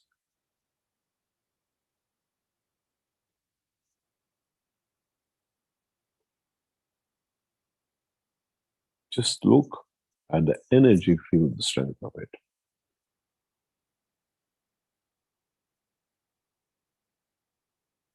Then you understand how everything is connected. What happened when you go on another planet which there is no energy level as oxygen? You die? Don't think so. You mutate to the fields which guarantees the evolution of survival of the matter state of the fields when the soul converts or interacts with dimension of physicality.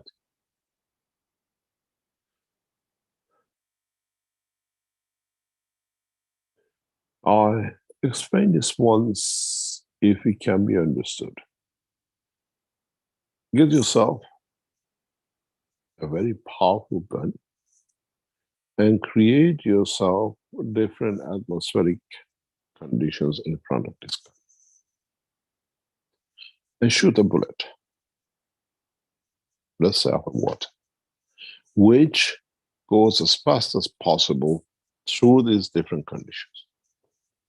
One is frozen, shows itself as ice. The next section is high, shows evaporation. The next section is conditioned that the same water shows itself as a steam, and thereon and thereon. This is how the fields of the universe are in the condition of the life. Depends what you're observing, what condition was created, and how the bullet for which the field has released, in what the strength and what condition it goes through. But in essence, it's the same water which was bulleted through the system.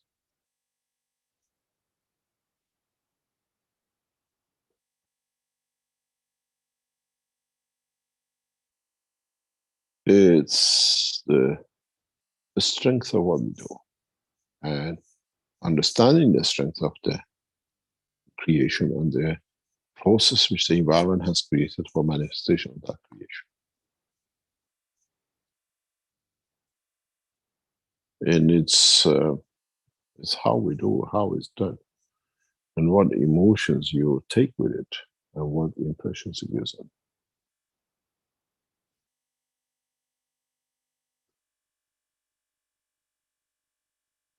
Any other question?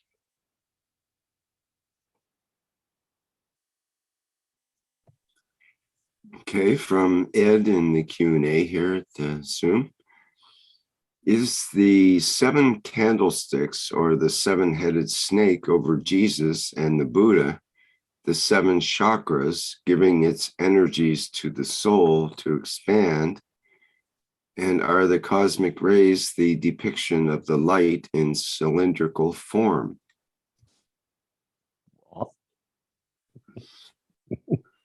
You might say that. What? I think we pass on this one. Okay. I have a question from Antonio in the Q&A. Has there been any interest in doctors in Australia in setting up a wellness center? We don't disclose, but we do. We work around different lines. Yes, it's just our Keshe Foundation, as many of you know. We entered a position nearly exactly a year ago with the introduction of one of knowledge seekers that we can create facilities and conditions that the foundation can grow rapidly. But it hasn't worked. As we asked for some of you to help us to finance it, and some of you got stuck with us, create you some problems with it. And part of this expansion was creation of the health centers around the world. We have come to a conclusion this week that this is dead. We put an end to it in writing today, this morning, before I come teaching, as we think we've been deceived. But in any shape or form, we'll carry on and we'll see what comes up. But part of the process, yes, our target, a long-term target, is creation of the centers where the people around the world can go. They don't need to go to Austria or to go to Germany or to go somewhere. In every country, every city, part of the hospitals or whatever is now, like we didn't have X-ray machine, we didn't have MRI machines in the hospitals 30, 40 years ago. We had knowledge added now. Unfortunately, the technology of the plasma technology we teach will become part of another room section in the hospital.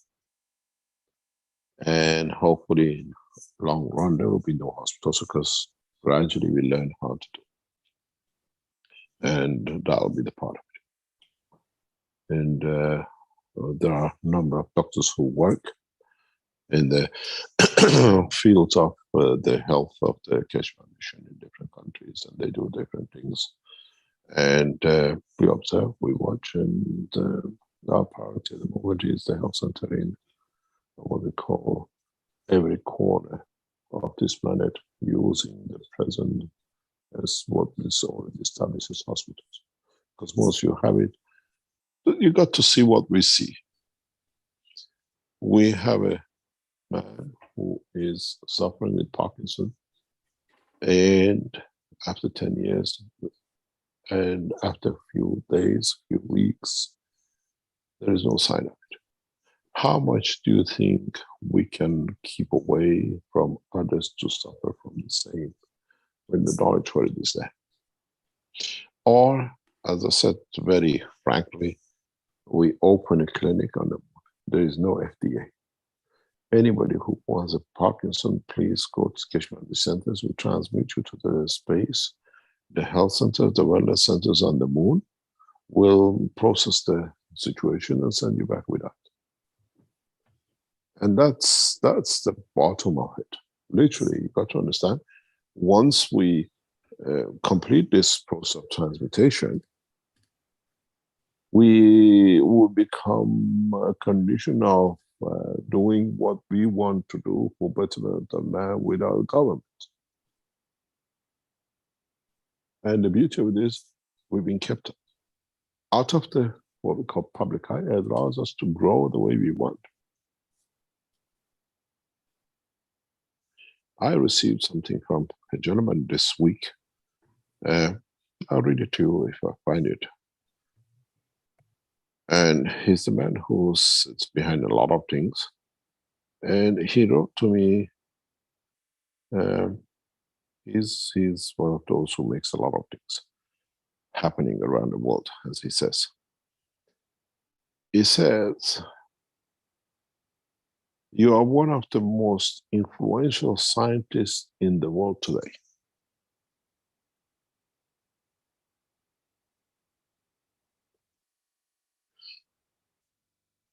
With the science and the technology we bring, we have to influence the pattern of life, the way we, as knowledge seekers, bring that positive change to society, and for nothing else.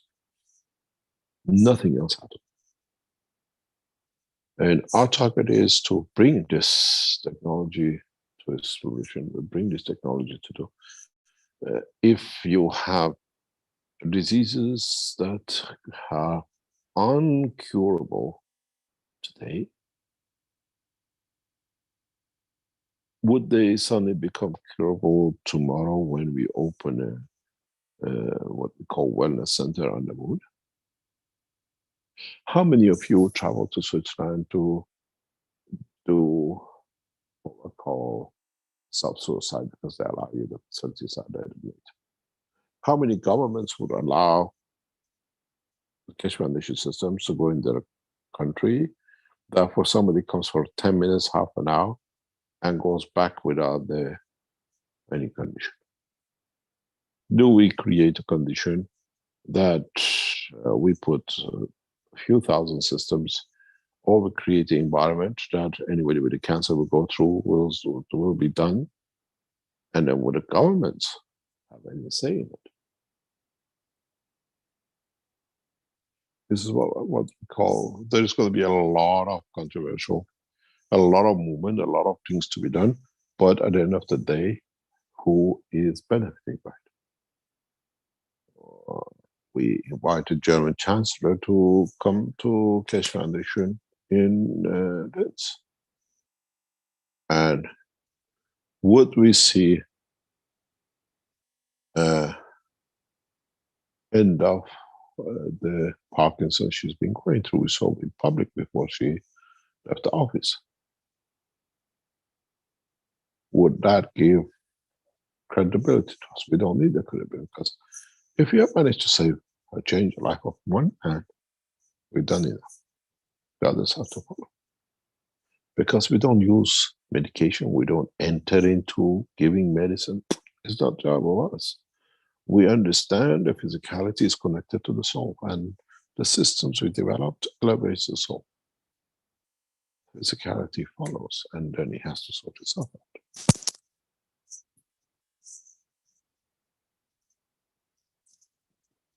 As I call, is the medicine of the fields of the Creator.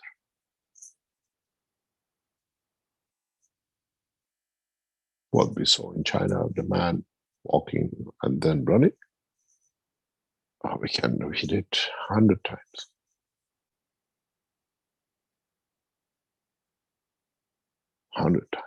Millions of times. No man today with the knowledge which sits with the Keshe Foundation, should suffer from Parkinson's, should suffer from Alzheimer's, should suffer from MS, should suffer from fibromyalgia, should suffer from many, many, many diseases.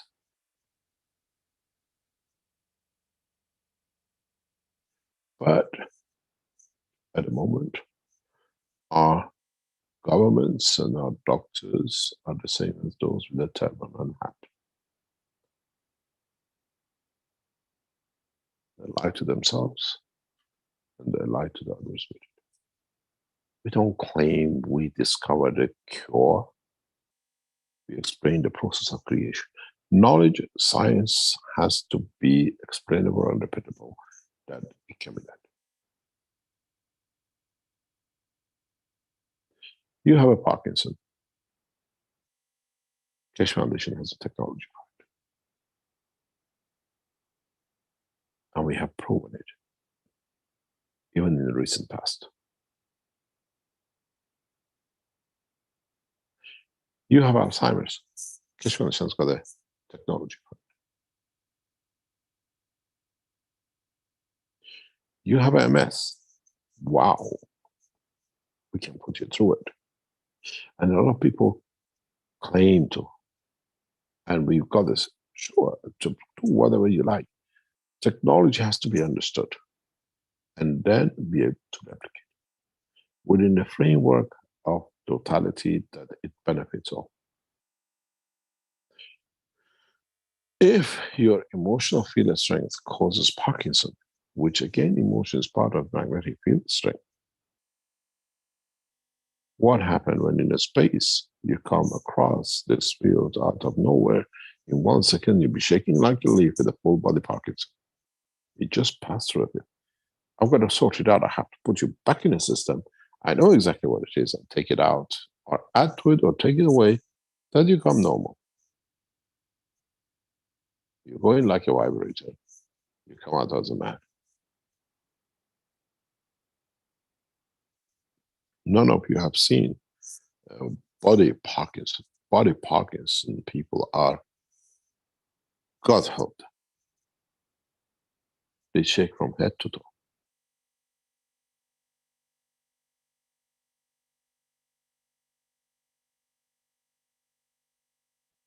Then should be able, we tried different technologies, we tried different aspects of the technology, and now it's universal system for it. You suffer from Parkinson.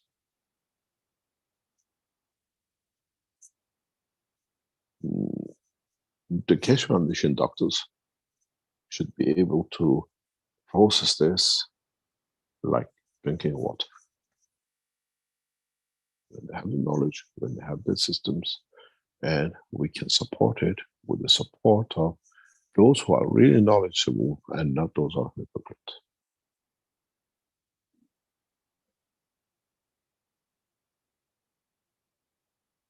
You got to come to a point to understand as a technology and not as a privilege and not as a something on the side.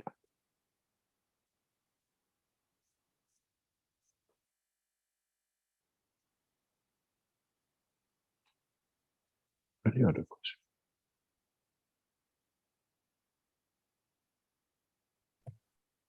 Okay, the second question from Antonio is, the megawatt power systems, have any governments shown interest in setting up a unit in their countries? You got to, how am I going to put it?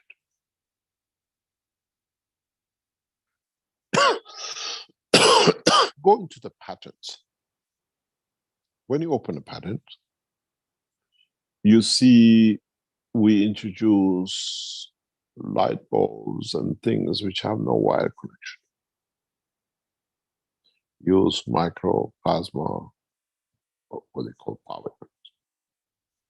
This is the thinking of the man. You have to have mega power stations. You need energy at the point of need. I'm a nuclear engineer. I've been trained to make power stations, to build with the transmission lines, to substations and to the homes. With this new technology, there is no need for a power station. There is no need for transmission. There is no need for substation. Now we can produce enough energy at the point of need. These man-huge nuclear power stations, these man-huge, God knows what, has come to an end. And funny enough, I was sitting in front of one yesterday. We were discussing it with our people yesterday in the lab. Keshe Foundation has developed a system that can be replicated, energy available at the point of need as you need. Micro, we got a patent on it. We have submitted a patent on it. Micro plasma reactors, now are reality. Today is a reality.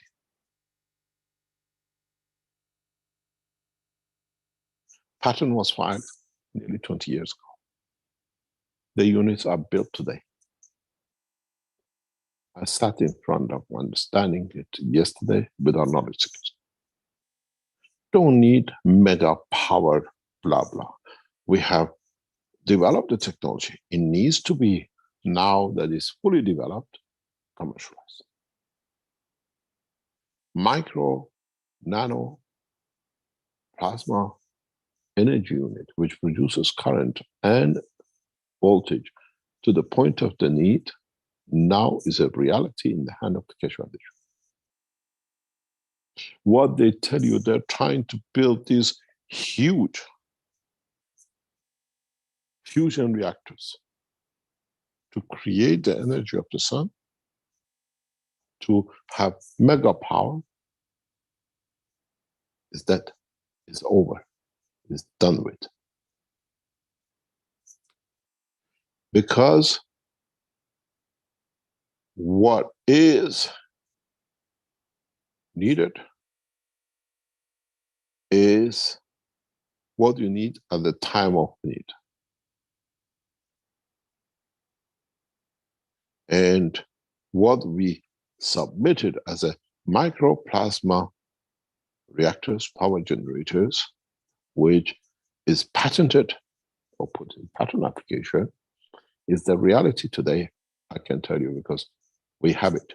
Is developed, is understood by our team, and is part of the new enhancement unit. Why we had to complete it? Because if you come to the present enhancement units in Linz, you see we still power one of the controls with the wire, with electricity. Our reactors don't really need it because they're self-sufficient. We need the power they produce themselves in it. And now with this new technology, production of the microplasma reactors, we don't need megawatts. Why do you need to burn? Why do you need to destroy so much things, so much whatever, to again destroy so much, dig up mines to make the transmission lines, the coppers or whatever, the frames or whatever, destroy the environment, and then there to bring it in to produce little tiny electricity that one LED lights can light up, which uses a fraction of a micron of a watt. Where now you can create this plasma cosmic ray miniature reactor, which we patented 20 years ago, and it costs a few cents.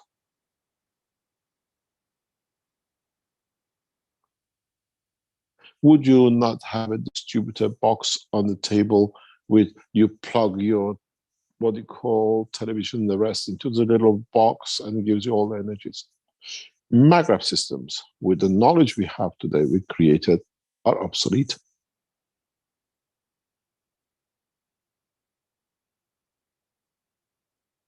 And is sustainable. So, as the technology has developed so rapidly, the knowledge has developed so rapidly in past 12 months, as our people understand it and develop it to the next stage, that most of the things which is on the table a year ago are obsolete. You saw it from the size of the reactors inside the enhancement unit, to those of you who've been in the systems, that you've seen what miniature things are hanging around.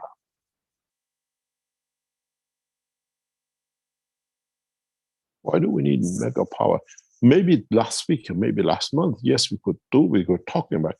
But sitting here, wasting so much energy, going to where we're going, do we need it?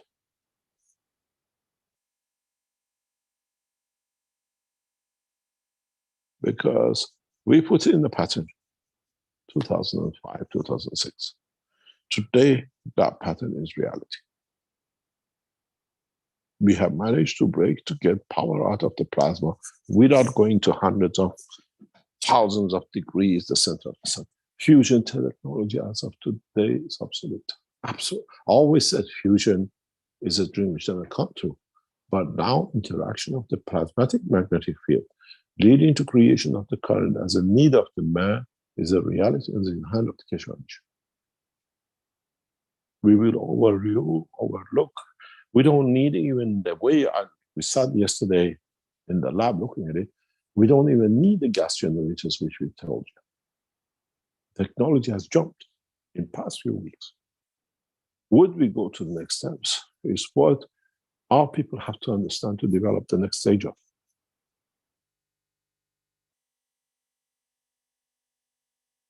This is completion of part of the process of the Keshe Foundation technology. Nano micro reactors are a reality if you understand how to work with gases and the production of it. And we have achieved it.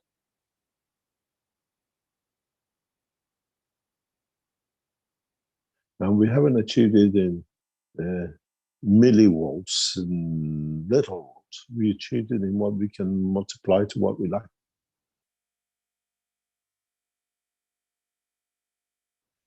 This is understanding of the technology. This is the development of the next step. Since yesterday, when we don't forget, we set these things up to happen. It hasn't happened accidentally. Our team has been working to set this up for weeks. And now we have technology, we have oscilloscopes, we have everything, we have systems, we measure and confirm.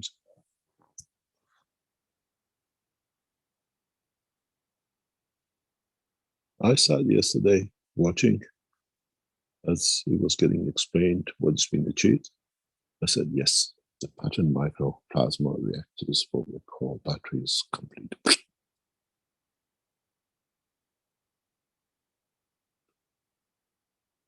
Do we need to create energy for what to lose it down the line? We're now with the cosmic rays to understand it, we can change it. The new energy units are cosmic ray units, what we call nanoplasma systems. And it's been patented 18 years ago.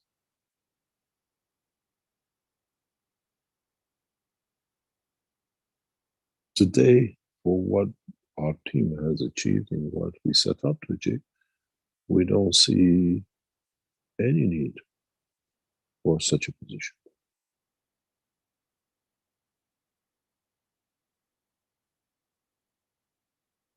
What you see on the screen, submitted as a patent application in microplasma reactors, today is a reality.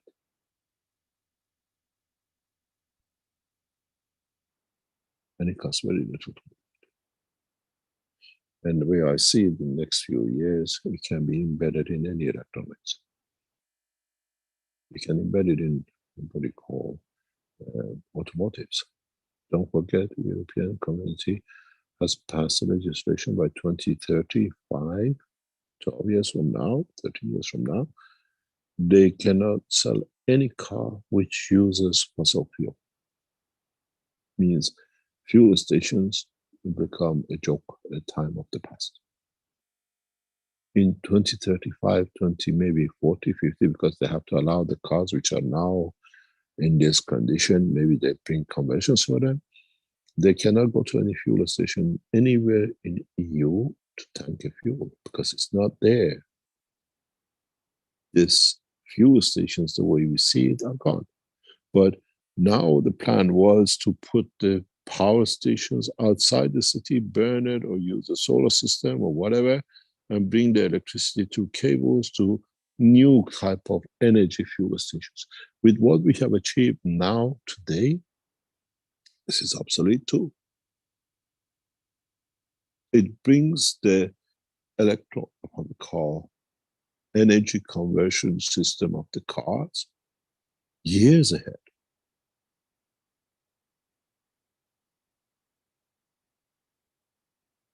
Because we have confirmation, we have systems, and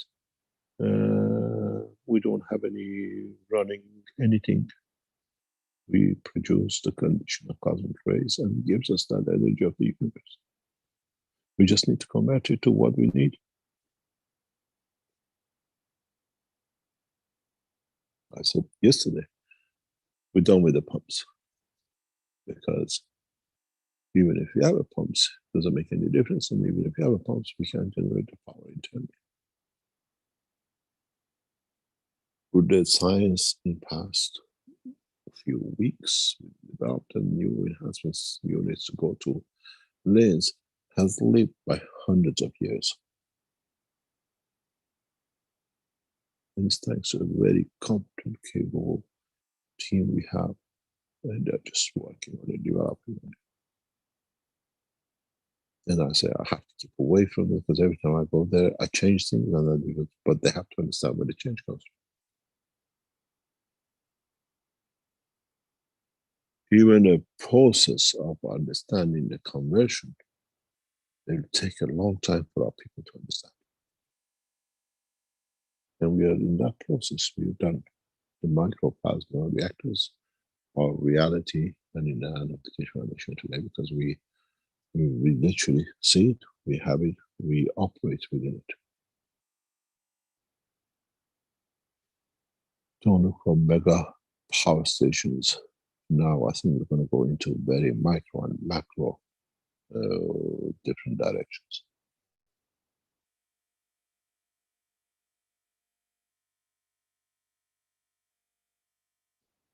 Any other question?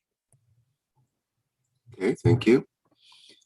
Okay, we have a couple of hands up here, but perhaps you can answer Dimitri's question in the Q&A first. Will the Ukraine-Russian war be the last war that we humanity have to experience? The war is a habit of man trying to show he's better and he's stronger. And this will come with what we call understanding of position of our religious leaders. In this Ukraine, we see a hot spot. There's a possibility of very strong hot spot boiling somewhere, again to do with religious people and religion. And that might take its own condition, its own shape. Again, we see collaboration of the religions under the name of religions in trying to bring a politic into it because they can justify it to sell a weapon. But more or less, end of these two religious situations we have in Middle East and in Ukraine, we see the end of a lot of things. We saw the end of the wars. We saw like Vietnam and what we saw in a lot of countries. Peace state now in Somalia, what we call Saudi Arabia, is again between the religions Shia and Sunnis. And as usual, others take advantage of meddling in it because they can make money out of it. But Ukraine, more or less, it'll come to the point that we have seen the end of these last religious positions. Governments will not go into the war. There's no, even the war in Ukraine is, we call it a war, but it's a religious conflict. And this should soon come to an end one way or another.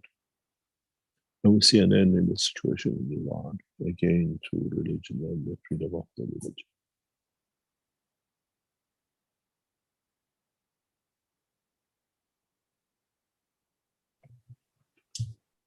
Okay, that's good news in many ways. We have Dean with a hand up here. Perhaps he could go ahead. Thank you, Rick. Hello, Mr. Kesh. Thank you for that wonderful explanation of what you've spoken about today. So this microplasma reactor, would it carry an emotion? Yes. I remember you once said 100%. 100%. So, Mr. Kesh, I remember you saying once that you could have a reactor in the palm of your hand that could move a planet, reposition a planet. Still applicable if you understand it, yes. Mm-hmm. So the emotion in mankind, and when it manifests in certain ways, it causes conditions that manifest in the physicality as all sorts of problems and diseases and things. When you turn this system on, will this emotion affect humanity in certain ways? Of course it does. Depends on what the strength of it is and how you see it. And what your soul decides to have from it, in what target it has to reach or achieve, or it sees itself shorter. Emotion, as I said before, is not exclusivity of physical dimension. I made man in the image of myself. If physicality has emotion, so the image of it, or reality of it, the soul of the man has emotion too.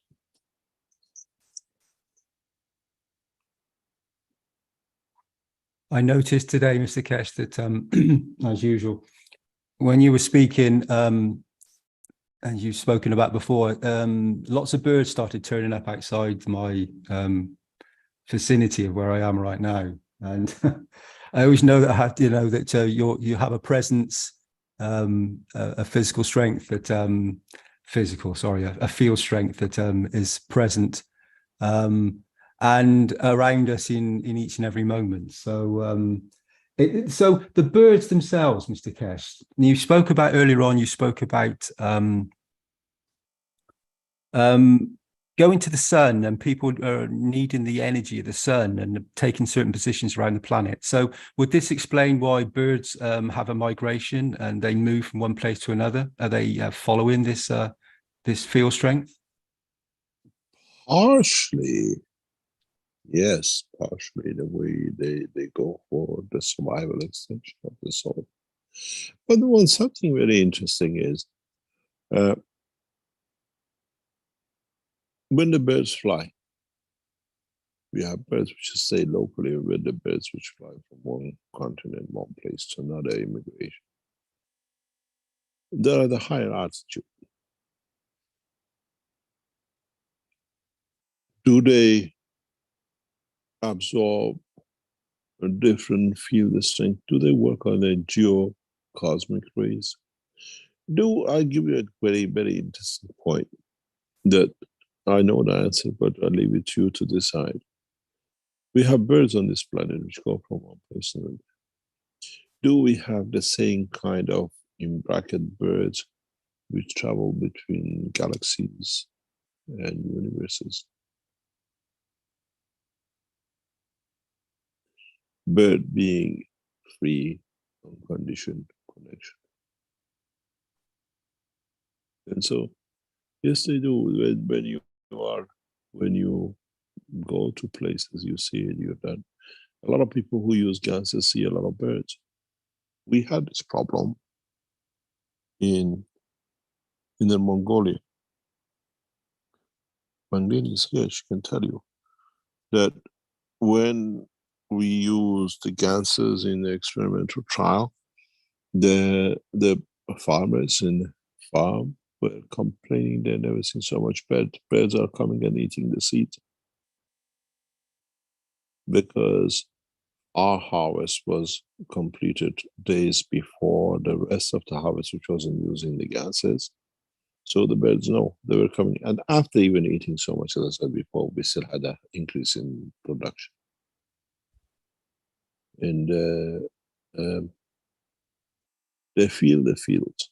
They absorb, they understand. If you put the specific gases in your garden, you will see huge change in bird flow.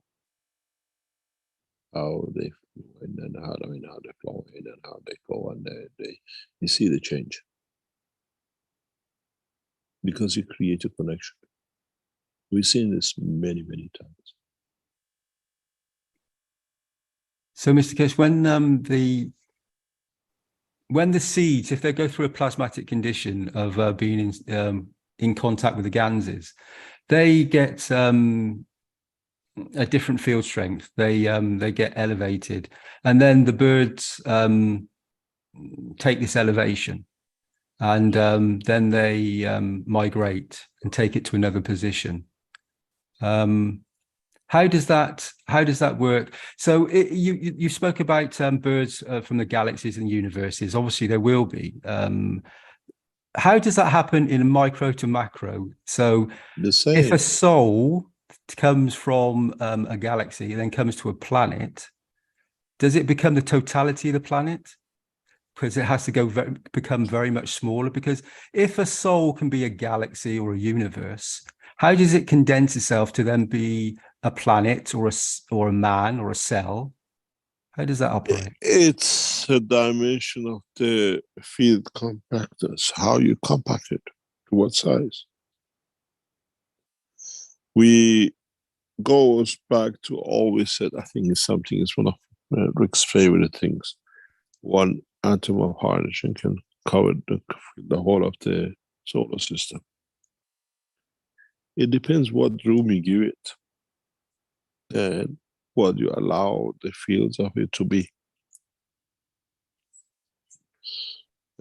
Simple example, and many of us see, you take your plant in one place on this planet, small leaves, and you take it to another position and the leaves grows totally different giants. And this is the same. It's dimension and acceptance of the dimension. That's the main thing. If you accept to live in that dimension. Would there be creatures in the universe which are highly intelligent? They become travelers of the universe. And they are, if they come to Earth, the size of the dinosaurs of the past. Or there'll be a small amebs, but intellectually very high and more advanced than the human race of today. Depends how you want to condition yourself. Or how they want to accept, to confirm their existence. You all be facing this very soon. Very, very soon. Amazingly very soon. With what is coming up in technology. That was going to be my next sort of observation, Mr. Kesh, was this always comes around to a position where everybody's going to have to experience this. Everybody's going to go through this if this technology evolves and becomes everything that you've spoken about.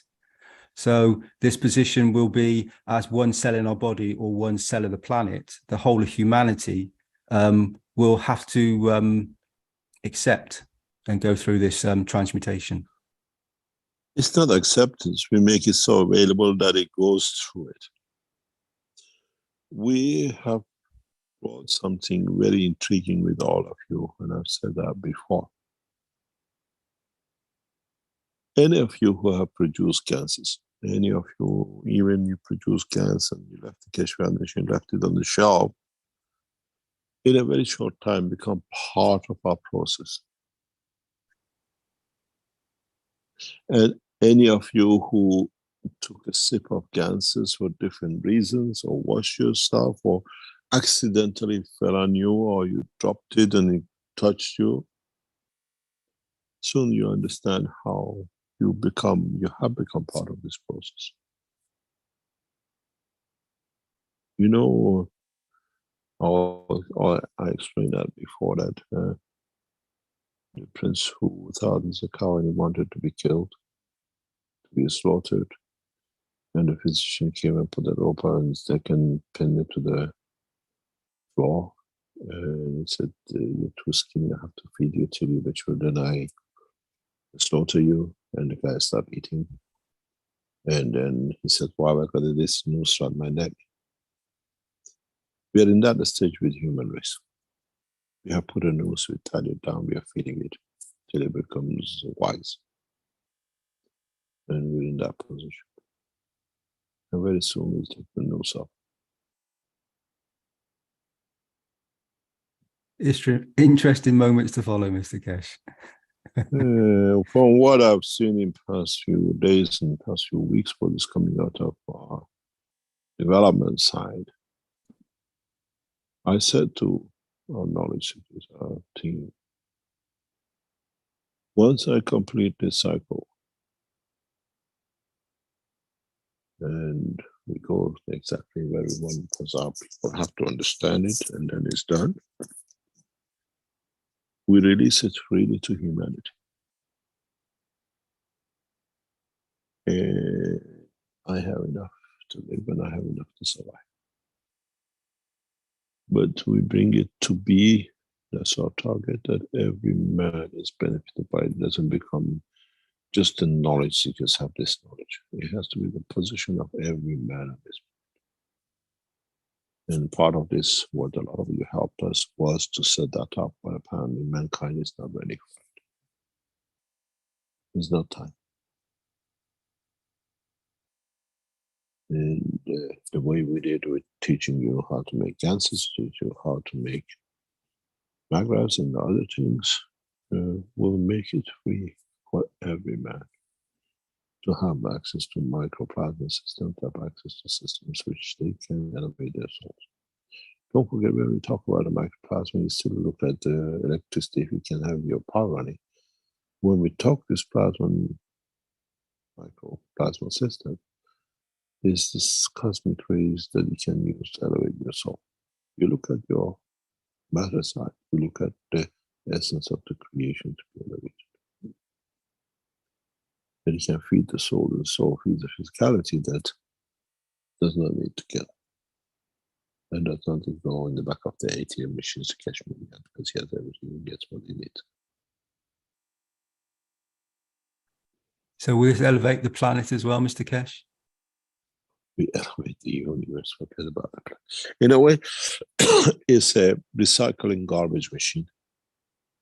Whatever is surplus in the universe, which nobody else needs, we collect them, make it food out of it. Without the souls to elevate. They say it's part of the work, which is not exclusive of this time. It's part of the totality. Don't forget, I keep on going back to it one day again, one day you'll understand. Mitra collected the best of the best to create his child. Then this child will send the best of the best to elevate the totality of what was collected. From creator to the creation and back to the creator. And one day mankind understands what I'm talking about.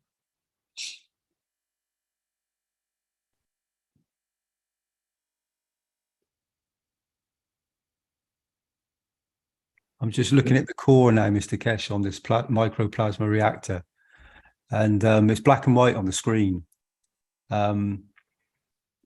A digital representation of it, but we can connect with it with a thought and intention, and set the emotion within it.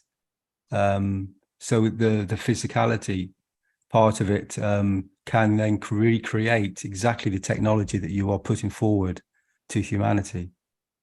Yeah, this is the way I remember when we drew this up. And Dirk worked on this a whole long time. That was his dream. And he drew, and I said, no, it doesn't go that way. It doesn't represent, because he has to stand all levels. If you look at that little drawing on the bottom left of this battery, it represents more or less, if you look at it, what is in the back of the book number 3, if you understand it. But in a different way. It took about, I think, a month or 2 months to do this drawing, because it came in stages. But in essence, if you can enlarge it, Rick, enlarge the bottom left-hand drawing.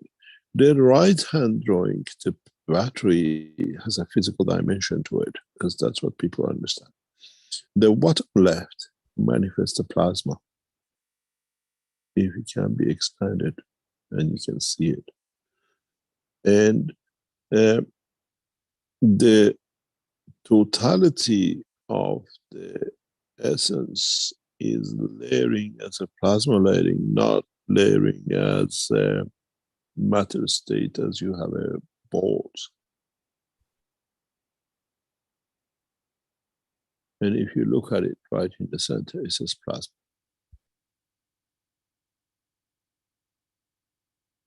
It doesn't say gas. And that plasma is what we call the essence of the fields of the universe.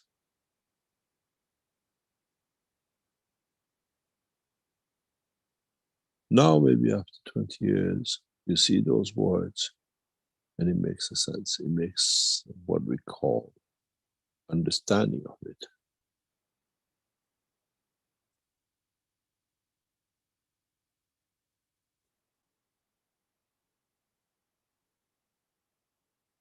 This is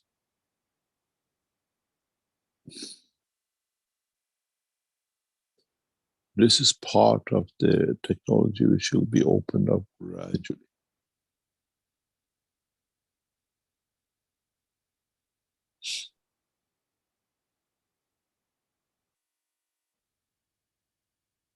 Will these be these reactors, Mr. Kesh? You say you're going to open it up to humanity and it's for everybody. So how are you planning to distribute this? What should I distribute? We still set up to build the factories for Wakanda too, but structurally, a lot of you will do it, will copy it. As I said, all the efforts of the Keshe Foundation will go even into commercialization to back Markray Corporation. We have signed an agreement with Markray. And we go through international distribution to Markray International. We are the majority shareholders. And we control every aspect of Markray. And we soon will go in that direction. It's very much like Tesla has a factory in every country in the world, but based in the US. We go through the same channel. We'll back Markray to the hilt, but we will not issue anything beyond that, and we allow Markray to become one of the largest corporations on the energy side, food, water, and everything else. And then the shares of the Markray is owned by Keshe Foundation, which is owned by you lot. I came with nothing, I go with nothing. So that's helping humanity physically, Mr. Kesh. The position of the, we've spoken about many times about the elevation of the soul and stuff. Would this not be an instant reaction from the core? It depends what you need from it. What's your expectation? And that expectation creates a need and absorption.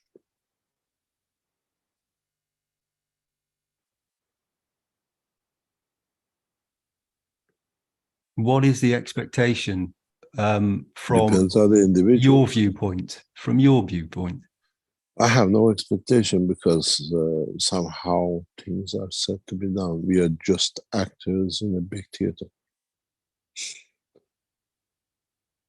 When you look at the structure, if you understand it the way we understand, hopefully, the scene is set by the creator Amitra, and the rest are actors. They are the, what I call spectators. How it will change. This new technology, this understanding, will have a profound impact on the whole of the structure of the operation of lives in the universe. We will soon understand.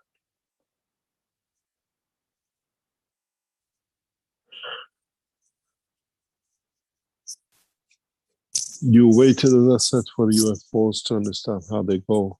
People with the UFOs are waiting to see how humanity understood this, and they missed it. They tried to get to it. And then you go back to other part of the teaching, as we said, the cup and the orange. Now the knowledge of energy level becomes that orange, and the cup is the universe. Mankind has not understood what gifts we given. may I ask, Mr. Kesh, why is humanity being handed this gift that the others didn't receive for trillions of years? Ask Mitra.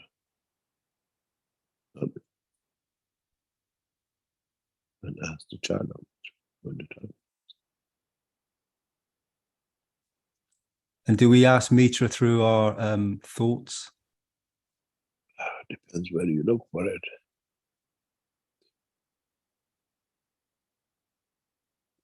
I held one and I kissed one from the day I opened my eyes. And I understood what it means loving one. And she happened to be my sister. And how we have to deal with it in a different way. Because it is our knowledge and integrity.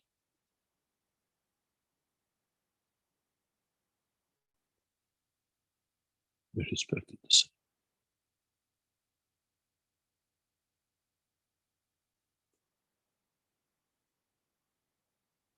Any other question?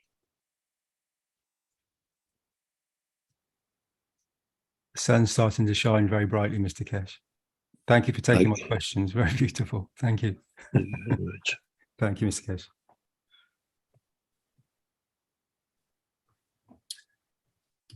Okay, thank you, Mr. Kesh. We have a hand up with Antonio, but before that, I'd like to address a question from Lise New in the Q&A. How does mushrooms such as Amanita muscaria helps or alters human or other creatures' soul and brain? I do not know.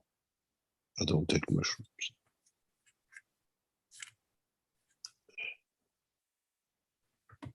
Okay. Antonio, would you like to go ahead? Good morning, Mr. Kesh. Can you hear me? Yes.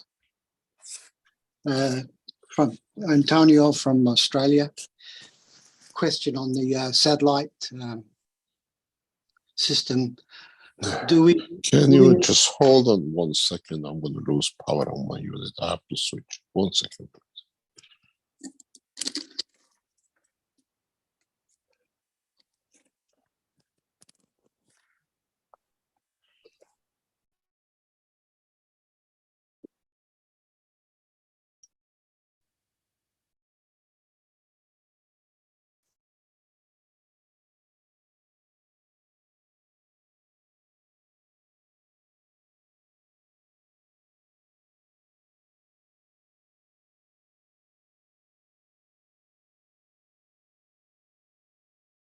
I'm back.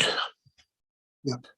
Okay, carry on. Yeah, the question, Mr. Kesh, on the satellite, do I need GPS and elevation as a criteria for the satellite?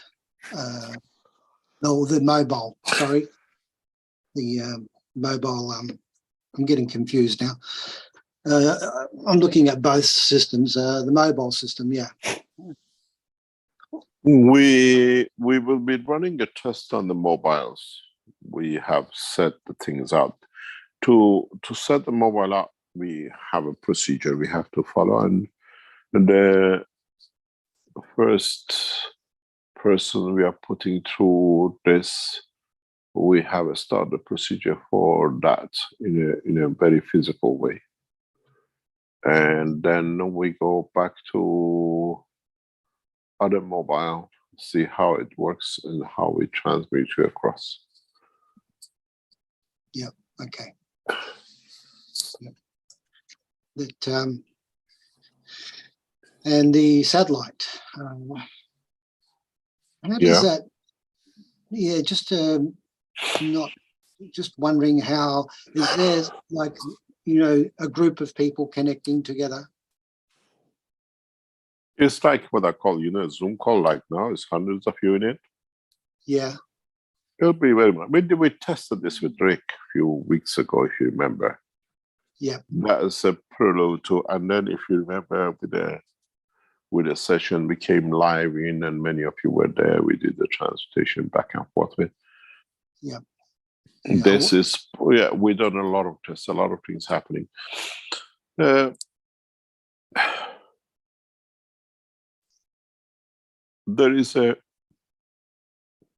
We need another 200 satellite people minimum, which we are short of.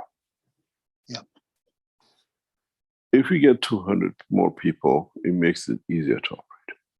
We need at least another 50 mobile people to complete. We need mobile people who can come to links that we can send out. You mobile people all think you have to be where you are with me. We need, as much as we send out, we need people to bring in. So on target, we are short by about 250 volunteers. Then we are short by at least 12 to 14 people who we can send into space. Because these are conditions we have to test on the system. It's not just having it. A lot of you came in, we do a special test for certain things. So in around about 300 people out of you knowledge seekers, we need at least 50 people in links to go out. At least to go out. That we understand the full. We need about 150 people to bring in. Yeah. We need satellite people. Knowledge seekers suddenly all stopped. They thought, oh, no, you will stop when we test, we develop. And you lot stop. Some knowledge seekers came back second time, third time. We need, especially next week, 2 weeks, we need at least these to be signed in and people to come in. Because when we put the units in links, we need them to be tested. It's just not there for the beauty. Yeah. You understand? And then we have the mobile people. We need your mobile people from links out, not just to bring in. Can we send somebody to you to Australia from links and then bring both of you back here? Because we have to do this. The original mobile system will be done that way, that we have a connection to bring you in. Yeah. You understand? So it's a lot of things. Knowledge seekers that, the tests were done, the first few people came in, and then we had an idiot 1111 guy who came in and went and wrecked up the Italian community because he didn't get what he wanted, a thief. And he wanted to rob us to get himself fame. He didn't get it. He went and came up with all the rubbish in Italy and destroyed the whole Italian community. We're very straightforward. We don't get it, you don't get it. We don't complete the systems. Nobody goes nowhere with it. It's an aircraft sitting in an aircraft hangar. But what we have now, we can start working on. We need mobile system people who come to Linz in the next few weeks that we can send out. We need, it's a development technology without control from the government. It's us who's developing it. Yeah. So you want, say myself coming to Linz in your system, or do I have to fly there 18, 20? We need a bunch of Europeans who are closer to come to Linz. You understand? Yep. And then when you people who are very far distance in Brazil, in Australia, whatever, we have to bring you in, but we have to start testing how we transmute. You understand? It's not for me, I can do, but our systems, our developers have to understand everything which is done and how it's done and what it needs to be adjusted. As I said, if you remember, when we started the enhancement, we started with 3 helmets, 3 head units on either side. And then we went into the enhancement unit, and then we went from the left to the right, because as we developed, we kept on changing. To you come this time, next time is the same, but you don't know how much changes were added from the day when we started, what we took out, what we put in. Some of the reactors changed, some of the head units changed, some of the connections changed. And this all came by you lot coming into test. We are more or less, we are short by 200, 250 people to complete. The satellite people. We need mobile people. Come to Linz that we can send you out and see how you land, how you feel, can it be done, and then put part of the satellite unit. They'd like to be with you, Antonio, and they come to Linz and say, I want to go to Australia and come back with you. We send, we bring back, and then we bring back on its own. Yeah. You understand? And suddenly everybody thought, oh, they had enough. We have come to the point of literally a halt. We have a number of people who booked in for mobile from all over the world, and they're sitting in their homes to come in. We need mobile people. From here we can send out. We need people with the satellite that we can connect. We need mobile people in Australia and in Canada that we can switch you over, we can take you across. Yeah. We need people who can go into space. I was talking to the heads of the Keshe Foundation a few days ago. They said, can we do a Christmas pack? We always do Christmas pack. I said, yes, do me a Christmas pack for people to do the mobile and satellite and the space. And how can we put it together? I said, okay, sell a package for a mobile, a satellite, and a space for so much, and see how many people will take it up, because we need it. This year, a Christmas pack will come from the Keshe Foundation. It is not anymore to, what do you call it, MAGRAF system, this and that. This year package, if they can get it done, it'll be a space unit, because we have to do the enhancement. It can be done this week, next week. It's not there for next year, somebody will come. We don't have it, we toast, we don't test it, we don't risk it. We don't go that, we don't go to unknown. We need mobile people inside Linz to go from one unit to another. Then we can go outside. We don't have mobile people. All the mobile people who sign, I don't know how many of you there are, all sitting in your countries. Thank you very much. But we need you, doesn't matter what you are, to come into Linz, and we can ship you from one machine to another to see what it is, what it needs to be adjusted. We're short. We are short. Suddenly, somehow, knowledge seekers all thought it's done. No, we just started it. We are short by 12 people for a space. Yeah. There's no use having the machine sitting there doing nothing. We need today at least 250 people for satellite systems, mobile systems. 50 at least. You have to come to LINS for us to test. Yeah. Otherwise, the machines are sitting there idle. I would love to come. I would love to come, Mr. Kish. I would love to have people that in the next 4 or 5 weeks when we most probably in December, we start a test. Would we run a Christmas run that knowledge seekers would travel around the world on the Christmas day using the Keshe Foundation? We've done things like this. Today, we need people to sign in. We are short by 200 people because we know how many people we need to do the transportation from one system to another. Check everything works. We take the whole body, not the leg left behind and everything else inside the room because it's one cosmic shell. If it can be done, then we can go outside. Then we can go to space. And I said to our team, make a flight package for Christmas. You're selling, what do you call it, whatever we sell in the shops. Yeah.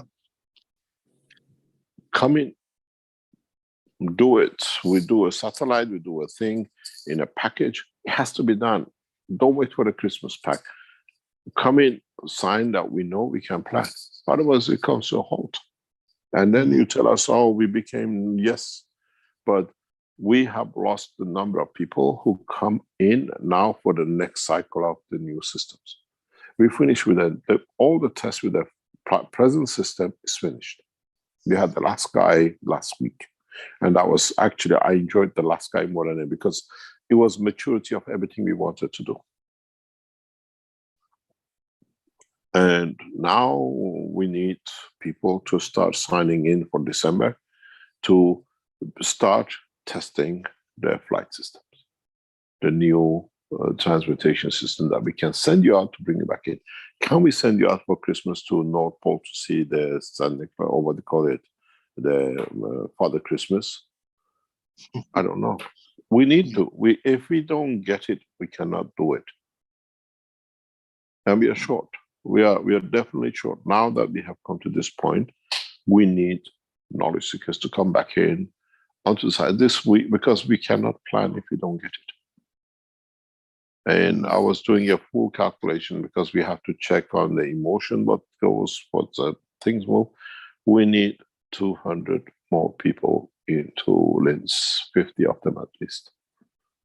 Europeans to come into Europe, into LINS, and maybe we do God knows, Christmas trial. We've done that before and see on a Christmas day, if I remember Dr. Kostova and the Germans and the Canadians, we did to stop our system. Maybe now we can transmute people for Christmas in a beautiful day. Has to be done. Otherwise, the technology comes to a halt. Literally comes to, because we can't. If we don't test, we don't know. If you're Germans, if you're French, if you're Italian, if you're Swedish, whatever.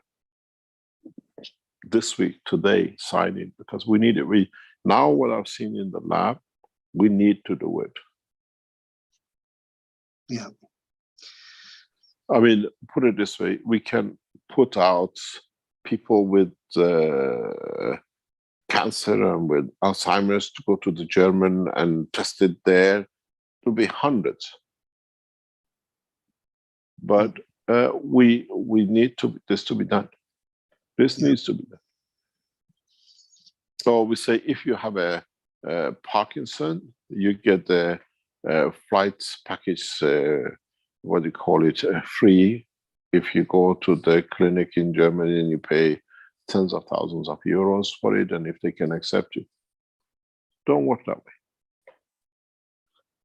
You understand? We need to do it. We've got to be directly in what it is. We are short. We are short of about 200, 250 volunteers on 50 definitely from LINS has to go out. Yeah. Yeah. And flying, come in, sign into it. Don't sign tomorrow. I think about it. We have come this far. We have to complete. And then we need the other 200 satellites we are short of. If we cannot cover, we cannot reach, because I will map up the Earth with wherever the satellites are. And then we might come to you and says, we need people in Iceland, we need people in South America in this position, because the network has to be fixed. Yeah. Thank you very much for bringing this up, because yeah. I didn't know how to put it out. As I said, the souls know what to bring out to come out. We need, if you're a knowledge seeker, and we have discussed it with the, with the team here, this year, Christmas package has to be the satellites and the mobile systems. And if any of, we are short of 12 people to space, and I know why we are short by 12 and where we're going to do and what we're going to do with it. Mm-hmm. I know there is the charge of this very heavy 25,000 per head, but we still can do. We already have volunteers, but we have to complete it. For that, you still you would have to come into Linz, would you? For the, we try not to, because by that time we have completed the satellites and the mobiles. Okay. We by that time we should have no problems. Yeah. One of the beautiful things with this will be is that we can send an Israeli from Tel Aviv, we can send an Iranian from Tehran, we can send a Chinese from Beijing, we can send an American from wherever, a Mexican, a Brazilian, and an African as a team of 6 or 10 to moon. Mm-hmm. You understand? Yeah. Yeah. And see how they land, how they'll interact in the soul level. How would the universal community accept man in such an immigration? People don't understand what is involved in this new space development. It's not anymore if you can take off from American land with the seat of your pants in Europe. It's scientific. It has to be done the correct way, and it has to be laid out. Our team of developing is there, but we know what we need to do to complete the transportation. Would it succeed? How would it succeed? How the last people we had, the Germans and the French guy, how did the French guy could feel the German pushing him off the chair? Now, in the next system, can we make it physically they share a chair together? Yeah. Yeah. We had a test case, the knowledge seekers, we had to sit the two on the lap of each other in one system, as I explained, to see how it'll be what we call like beautiful people with two souls as one body in a system. Would the system recognize the difference? We need this to be done, and it cannot be done by imagination. Mm-hmm. If you cannot come, you're in Brazil, you're in wherever, you can tell us, I pay for somebody. Keshe Foundation will find a lot of volunteers. There are a lot of people who want to do it, but financially cannot afford it. We have enough people in Europe to fill up for 10 years, but financially they can't afford it. If you can say, okay, I give for 2 people, 3 people to come, and one of them comes and pick me up back from Australia, it'll be done. Yeah. It's not, but we need it to be done this week, next week, because this is something now we're getting to that point of getting it done. Discussing with the Keshe Foundation, the promotion this year. If you do a Christmas promotion, do the packages of space flight, mobile people, and the rest of it. Yeah. A lot of people let me explain something. Some people have sponsored Universal Council members to come in on the 6th of December, if I'm correct. 6th of December is St. Nicholas Day. Oh, yeah. Yeah. Yeah, so, and it's the birth of the child of Mitra. And it's there to sit, to watch, and see what we can do. Can we transmute the soul of the Universal Council members as what we call the soul of Mitra across this planet by that time? Would we be ready for it? We need this, and thank you very much for bringing it up. We need this support. We need this physical support of you in the link center that we can start. We have to test from one machine to another, from the other machine. At the moment, the machines are one-way traffic in one of them. The new system is a four-way traffic, so 2 chairs in each unit, and each one can be crossed from one unit to another, receiver and sender. We can see if we can position directly to one chair or directly to another chair. Mm-hmm. You understand? Yep. Yep. Then we can position you on moon together from one system. Or we can land you in different places. We need, actually, it's a very desperate condition. If we cannot test with people in Linz in December, we come to a part of a Holton random bringing mobile people across. We thought the knowledge seekers would carry on doing it, and somehow it came to stop. And that was good because the new system is finished. But when the old system is finished, the new system, we need physical people. All the Italian Germans who've been once, they'll be the best volunteers to come back. Yeah.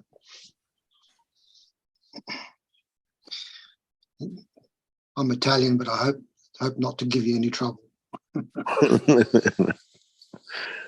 No problem. Well, when I say Italian, I'm an Australian, so it's Australian Italian, yeah. But we need this to be done. Especially, I asked the German, the Swiss, the French, the Spanish, to the British to get signed and done this week, today, tomorrow, because we have to plan it and it has to be done. Otherwise, we come literally to a halt if we cannot test in the center. Yeah. Well, I'm booked in, so the only thing is the space flight. That's probably out of my reach at the moment. A space flight, it needs people with a specific characteristics. I mean, the first couple are best for it. They're well experienced. They know each other very well. And we can do a lot of pre-testing and then testing of this, and it'll be done from Linz anyway. Mm-hmm. Very good. Thank you. Thank you very much. Any other question?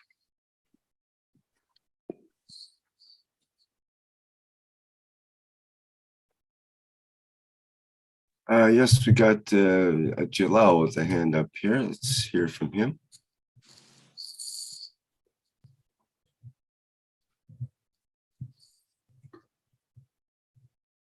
Hello, are you there, Jalal?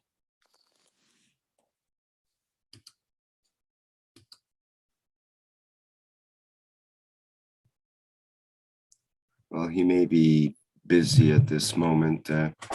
Just let him come in when he feels fit, I guess. Marco has a question in the Q&A. Is it possible that the Foundation's teachings are being transmitted in another dimension than the one we are simultaneously living in? We always said from the beginning, when we teach, we don't teach only to the man. Teaching is at the level of the soul from the beginning.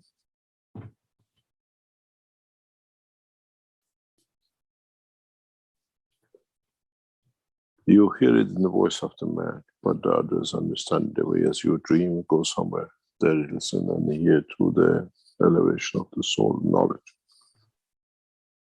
It's not exclusively about this time. We are not making any more what do you call it? Teaching only one ayatollahs and one religion, and then they become dominators for everything.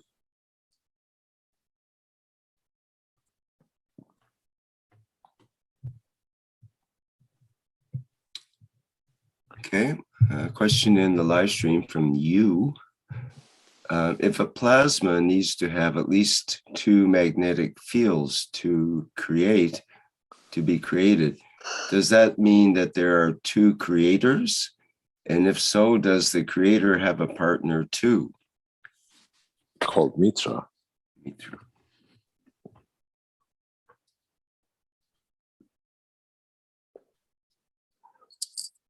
If you don't have any questions, we'll call it a day.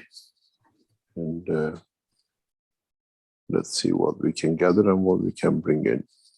And let's see what will lead up to next week and how we progress in the knowledge and technology. Okay, And I go sorry. back something to do. If you, because this goes back to our doctors in Germany, if you like to be processed through, especially Parkinson's, Alzheimer's. Parkinson is a very specific things which the foundation is supporting with our doctors, is because it's both in the level of the soul and manifests itself in a physicality in a direct way. We can see it. Please contact the Keshe Foundation. They have a charge that has to be met, but we need another maybe 20, 25 people with the Parkinson for them to complete the process. There's a reason for it, because there are different aspects of the Parkinson, and they have tested and they have a success with it. And we need to go through this, and then hopefully we're still sorting out our position with the Italian clinics in the next few days.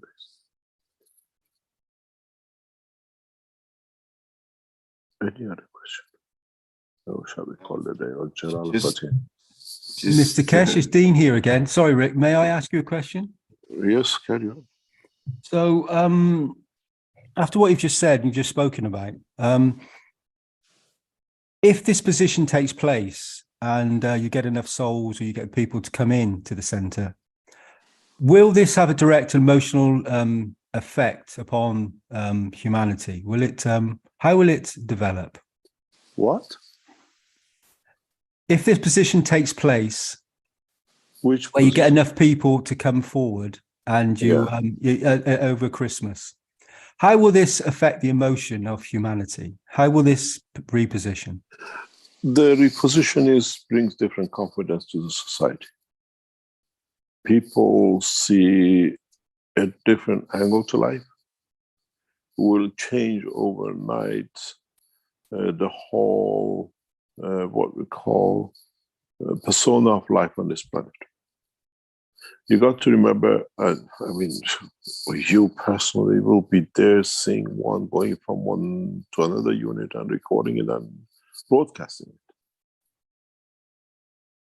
it. And when people see with their own eyes, they don't need any more flights. They don't need to be shackled by governments and be shot on the street because they want to be out of the street. We saw it in Germany between East and West with the walls and mines between the two parts of a city where they can just move along and nobody can know whatever. Once people see it physically the first time, it will change everything. It will touch every being on this planet. Freedom of soul, freedom of physicality. Yes, I will. It will do. And as the man who broadcast everything live from the center, you'll be instrumental in it. So, and, Mr. Keshe, sorry, can I just say, so will this will end the war, not in the physicality, but end the war? This will end a lot of things. This will, and once you can show man can travel and be transmuted the way what we plan, we are hoping to be successful. We are hoping it will be done. Once we show it, do you think the pressure on the governments to finish the airports, wake up the pressure in you. A lot of things will change beyond imagination. Would there be a war? Would you sit in somewhere and to be waiting for a bullet to come? Or would you change the soul of the bullet? Go back to some of the teaching years ago I gave about how we'll let the nuclear warheads in the silos to be in their own silos. They'll never leave. Now maybe you understand how. We are not going to change the soul of the missile. We're going to change the soul of the man who pushes that button himself. He will not push, he will not do it.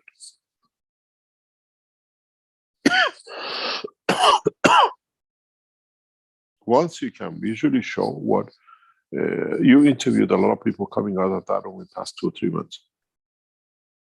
I have, Mr. Keshe, yes. Yeah. And you see the emotions that come in. I've seen the emotion you show to them, how they trigger you in what they tell and what they went through. Now humanity will see no shackles of borders. When we can bring live people from different corners of this planet to here, and we can send from here to different corner of the planet and within seconds. I said to the American people when we met in Brussels, I said, give us one thing in Tehran and we deliver it to Washington in the White House within seconds. They laughed. That's 14 years ago. No, 10 years, 12 years ago. In 2011 when we met. So exactly 17th of November, exactly 11 years ago. This is not something new which we just come up with that will do that. I said to the American delegation in the cafe when we met in the restaurant, talking about handing over the key. I said, give us something in Tehran, and within seconds we give it to you in Washington. You can check it's what you said. Now it's a reality. How would our government see what you, as Mr. Dean Butler, broadcast live? One person moving from one unit to another. Then what would be the reaction in December, in January, when we start shipping people from different part of the world and sending from here out? It's an evolution in the science, it's not a magic. So it will have effect. So man will feel free from the shackles of restriction of everything. Would you like to live in camps which you have to look for food and everything else as a refugee? Or you'll be free in the city to walk and you can move from one place to another? There's a very big strange, I go through it, I see it more or less every week, and it is amazing if you understand the consequences of this, what I'm going to explain to you. What we see as refugees over past years coming from Iran, Syria, Libya, and Iraq, and the rest of it, people with no clothing walking the human path. Poor, they come here going into the refugee camps for years to be given a piece of paper that they can come out of the camp having good, cannot do anything because they are not given this, and then there's always fear of can't work, can't do anything. And we see a new type of refugees called Ukrainians. The Ukrainians in Europe, now they come with the top model cars, they stay in the most expensive hotels, they eat in the most expensive restaurants, and they are still refugees. We see Syrian and Iraqi and Kurd refugees walking on a pavement because they cannot do anything. They have enough just given to them to survive. And in the restaurants across, in the most expensive French restaurants in Vienna, Ukrainian refugees. Is this correct? I've never seen so many top brand cars being driven by refugees. BMWs, Mercedes, and God knows what in Europe.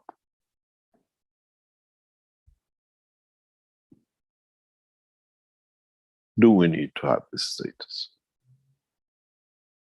And do we need to keep them in camps and the other refugees are paid to live in the most luxurious hotels in Europe? Because they know and they have influence to get it as refugees. We see today what they call them become refugees, exports of every aircraft possible into Iran that the families of the rich Ayatollahs are taken out of Tehran in case the regime changes. Billionaire refugees under the name of the religion. And there are the Iranians who have no food to eat and they have to wait for the handouts in refugee camps. Who would you give this technology to return those who escaped by killing back to Iran to be put under the judgment of the system? Or would you free those who are in the shackles of the refugee camps? Give them the freedom of the whole planet. I go with the second. The first one, but the others will sort out. At the moment, you cannot get any aircraft into Iran, but somehow these people are getting aircrafts into Iran in the most private airports and putting their families with all the jewels into it. In case regime changes, we are out. Exodus of billions of dollars on the back of the same as the Ukrainian refugees. A lot of you in Europe, you will start seeing a lot of Ayatollahs on the street. They might change their clothes.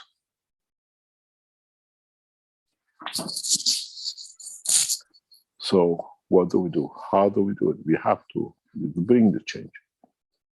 When I can take hundreds and thousands of people in political prisons into the other countries which they are welcome to be free, which one would you help?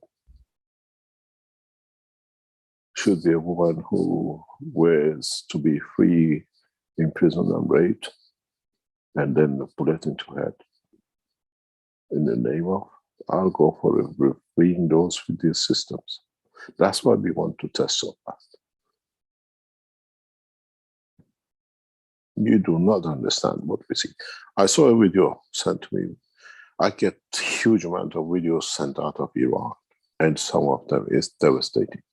A man getting beaten up by 50, 100 police officers on the floor and still getting beaten up. And one says, move aside, I'm going to shoot him. The guy on the floor and he gets shot. I thought it was a plastic bullet. I had to freeze the picture and you see the fire coming out of the bullet, out of the barrel.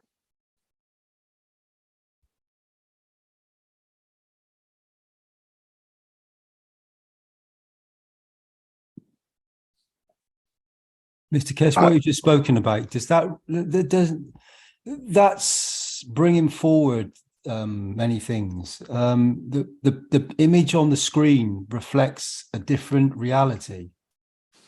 Do we need to go into that reality? I'm sure it exists. Do we need to which express reality? it? The reality is there, of course. If you don't express it, how people would know? Why do you shoot a man, tell the other man, move aside, I want to shoot him, and the man who's been beaten by 50 hooligans in the name of the police, and then be shot? You don't do that to animals that you. We take the love of God from the Islam and the turbines which they, in the name of Muhammad, his name, abusing humanity. So, Mr. Kesh, this transmutation will end this. Will bring about a change. Has to be. That's why we are pushing. We need to do the transition. It's not just Iran, it's many places around the world. Suppression of man has to stop. And this technology for the first time allows it. What happened when you give us the place, the position of your brother, your sister, your friend, your family, and somebody you don't know who is put into shackles in a prison somewhere because he wants the freedom. And they can go to the prison and he's not there. We have removed him. This is not the theory anymore. It's the reality of the technology. It is what we have in hand, and the Keshe Foundation is the only scientific organization. We are not doing it by moving souls, and technology is there to do. If we can send a man to the moon in a given position, and we can bring you out from Australia to here, we have the same knowledge to free many political prisoners which are there, wanting freedom for themselves and their family and their nation. I will not fight with a bullet. I feel I've delivered technology what they don't have anything to fight with. It doesn't matter where you go.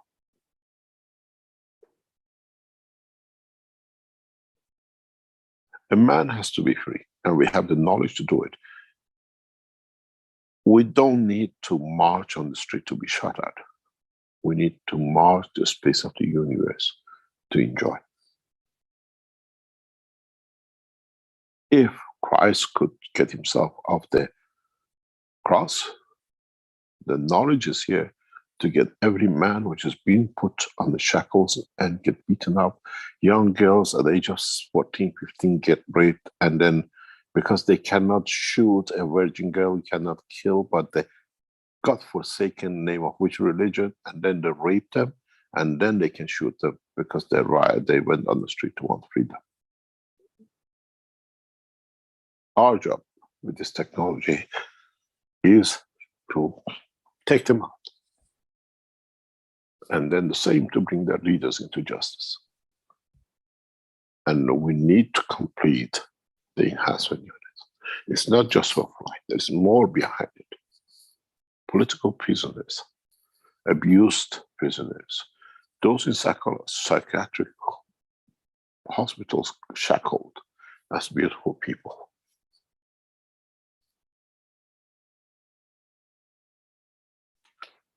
So for the love, Mr. Keshe, so from the love of the knowledge seekers and the people that come into the center, this can then be for the love of all, to free all. Yes, it has to be done.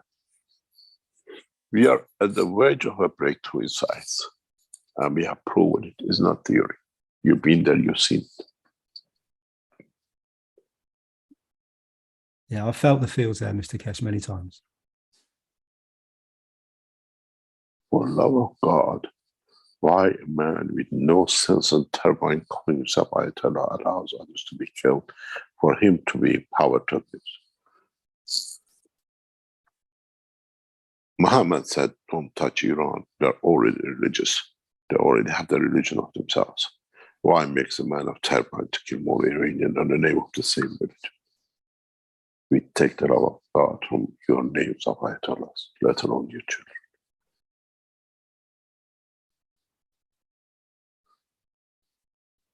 We need to complete this enhancement unit as fast as possible. To be able to do, it's not just for you to go from one unit to another. It'll bring a new dimension of freedom. No man can abuse another man.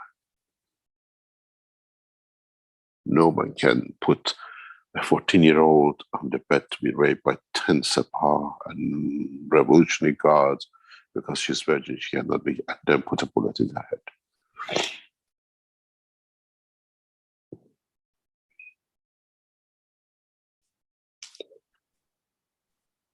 It's not just a woman and be free.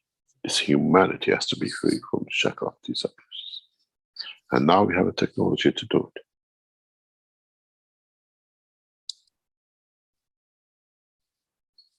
Thank you, Mr. Keshe. So for the love of all, see you soon, Mr. Keshe. Thank you.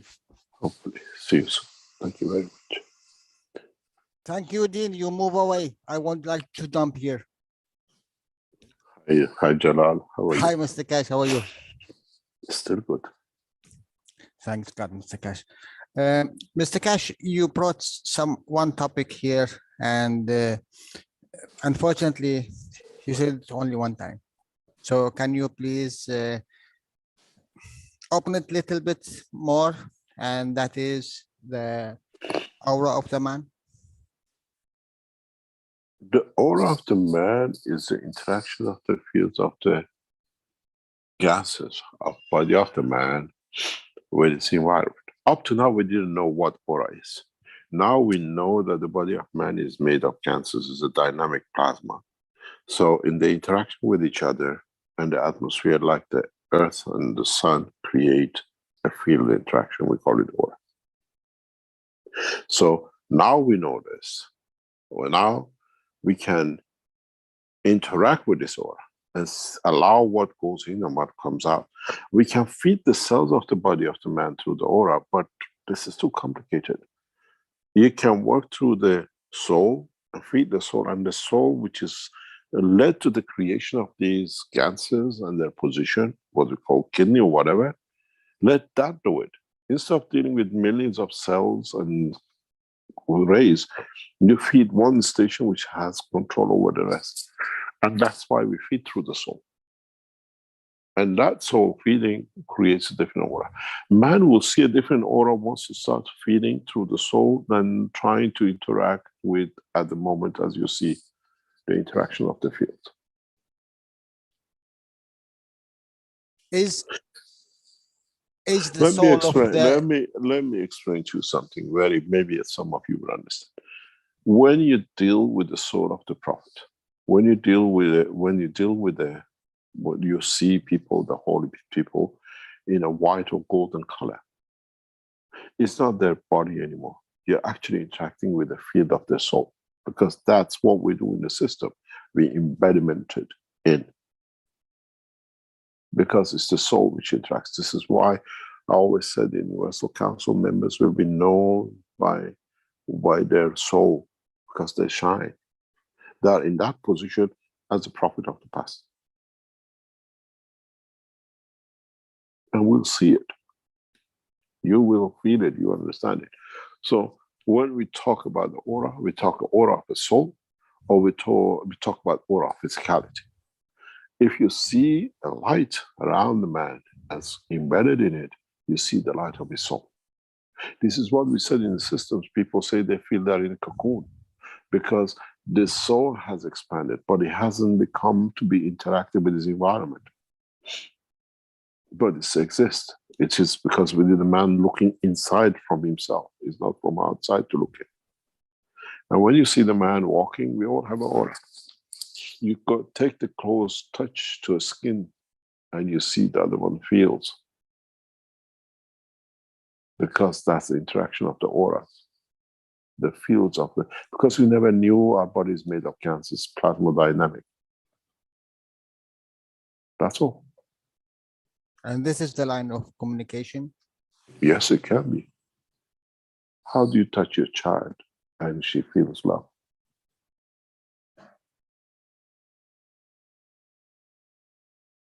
How do we as parents, we caress our children on the head and they feel the emotion of the love we give them? How many times your children have come and asked you, Papa, can I have a cuddle? You don't feed them. You transfer energy through these fields. And this is what we need to do even with the ganses, without even touching the ganses. Yes. I keep on telling you, work with the fields. Yeah.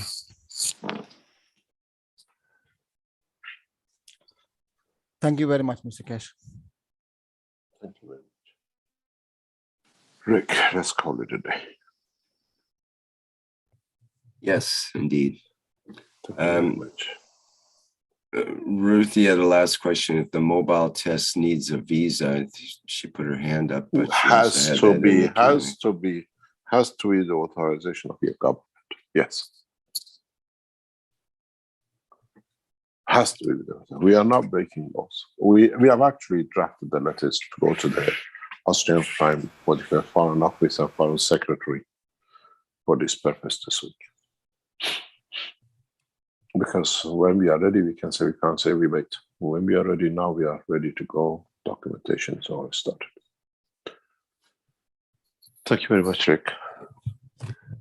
Okay, thank you, Mr. Kesh. See you next time. Okay, and thank you everyone for attending today's 458th Knowledge Seekers Workshop here on Thursday, November 10th, 2022.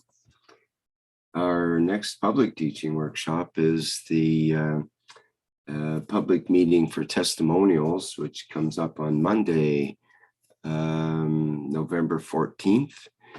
And people are welcome to bring their testimonials of the plasma technology to show and tell there.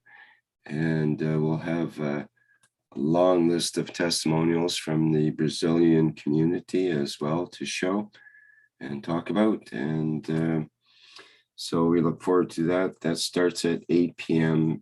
Central European time. That's on Monday the 14th. And at the usual channels. Okay, I think that's it for now. Thank you, everybody, for being here, and we'll see you next time around.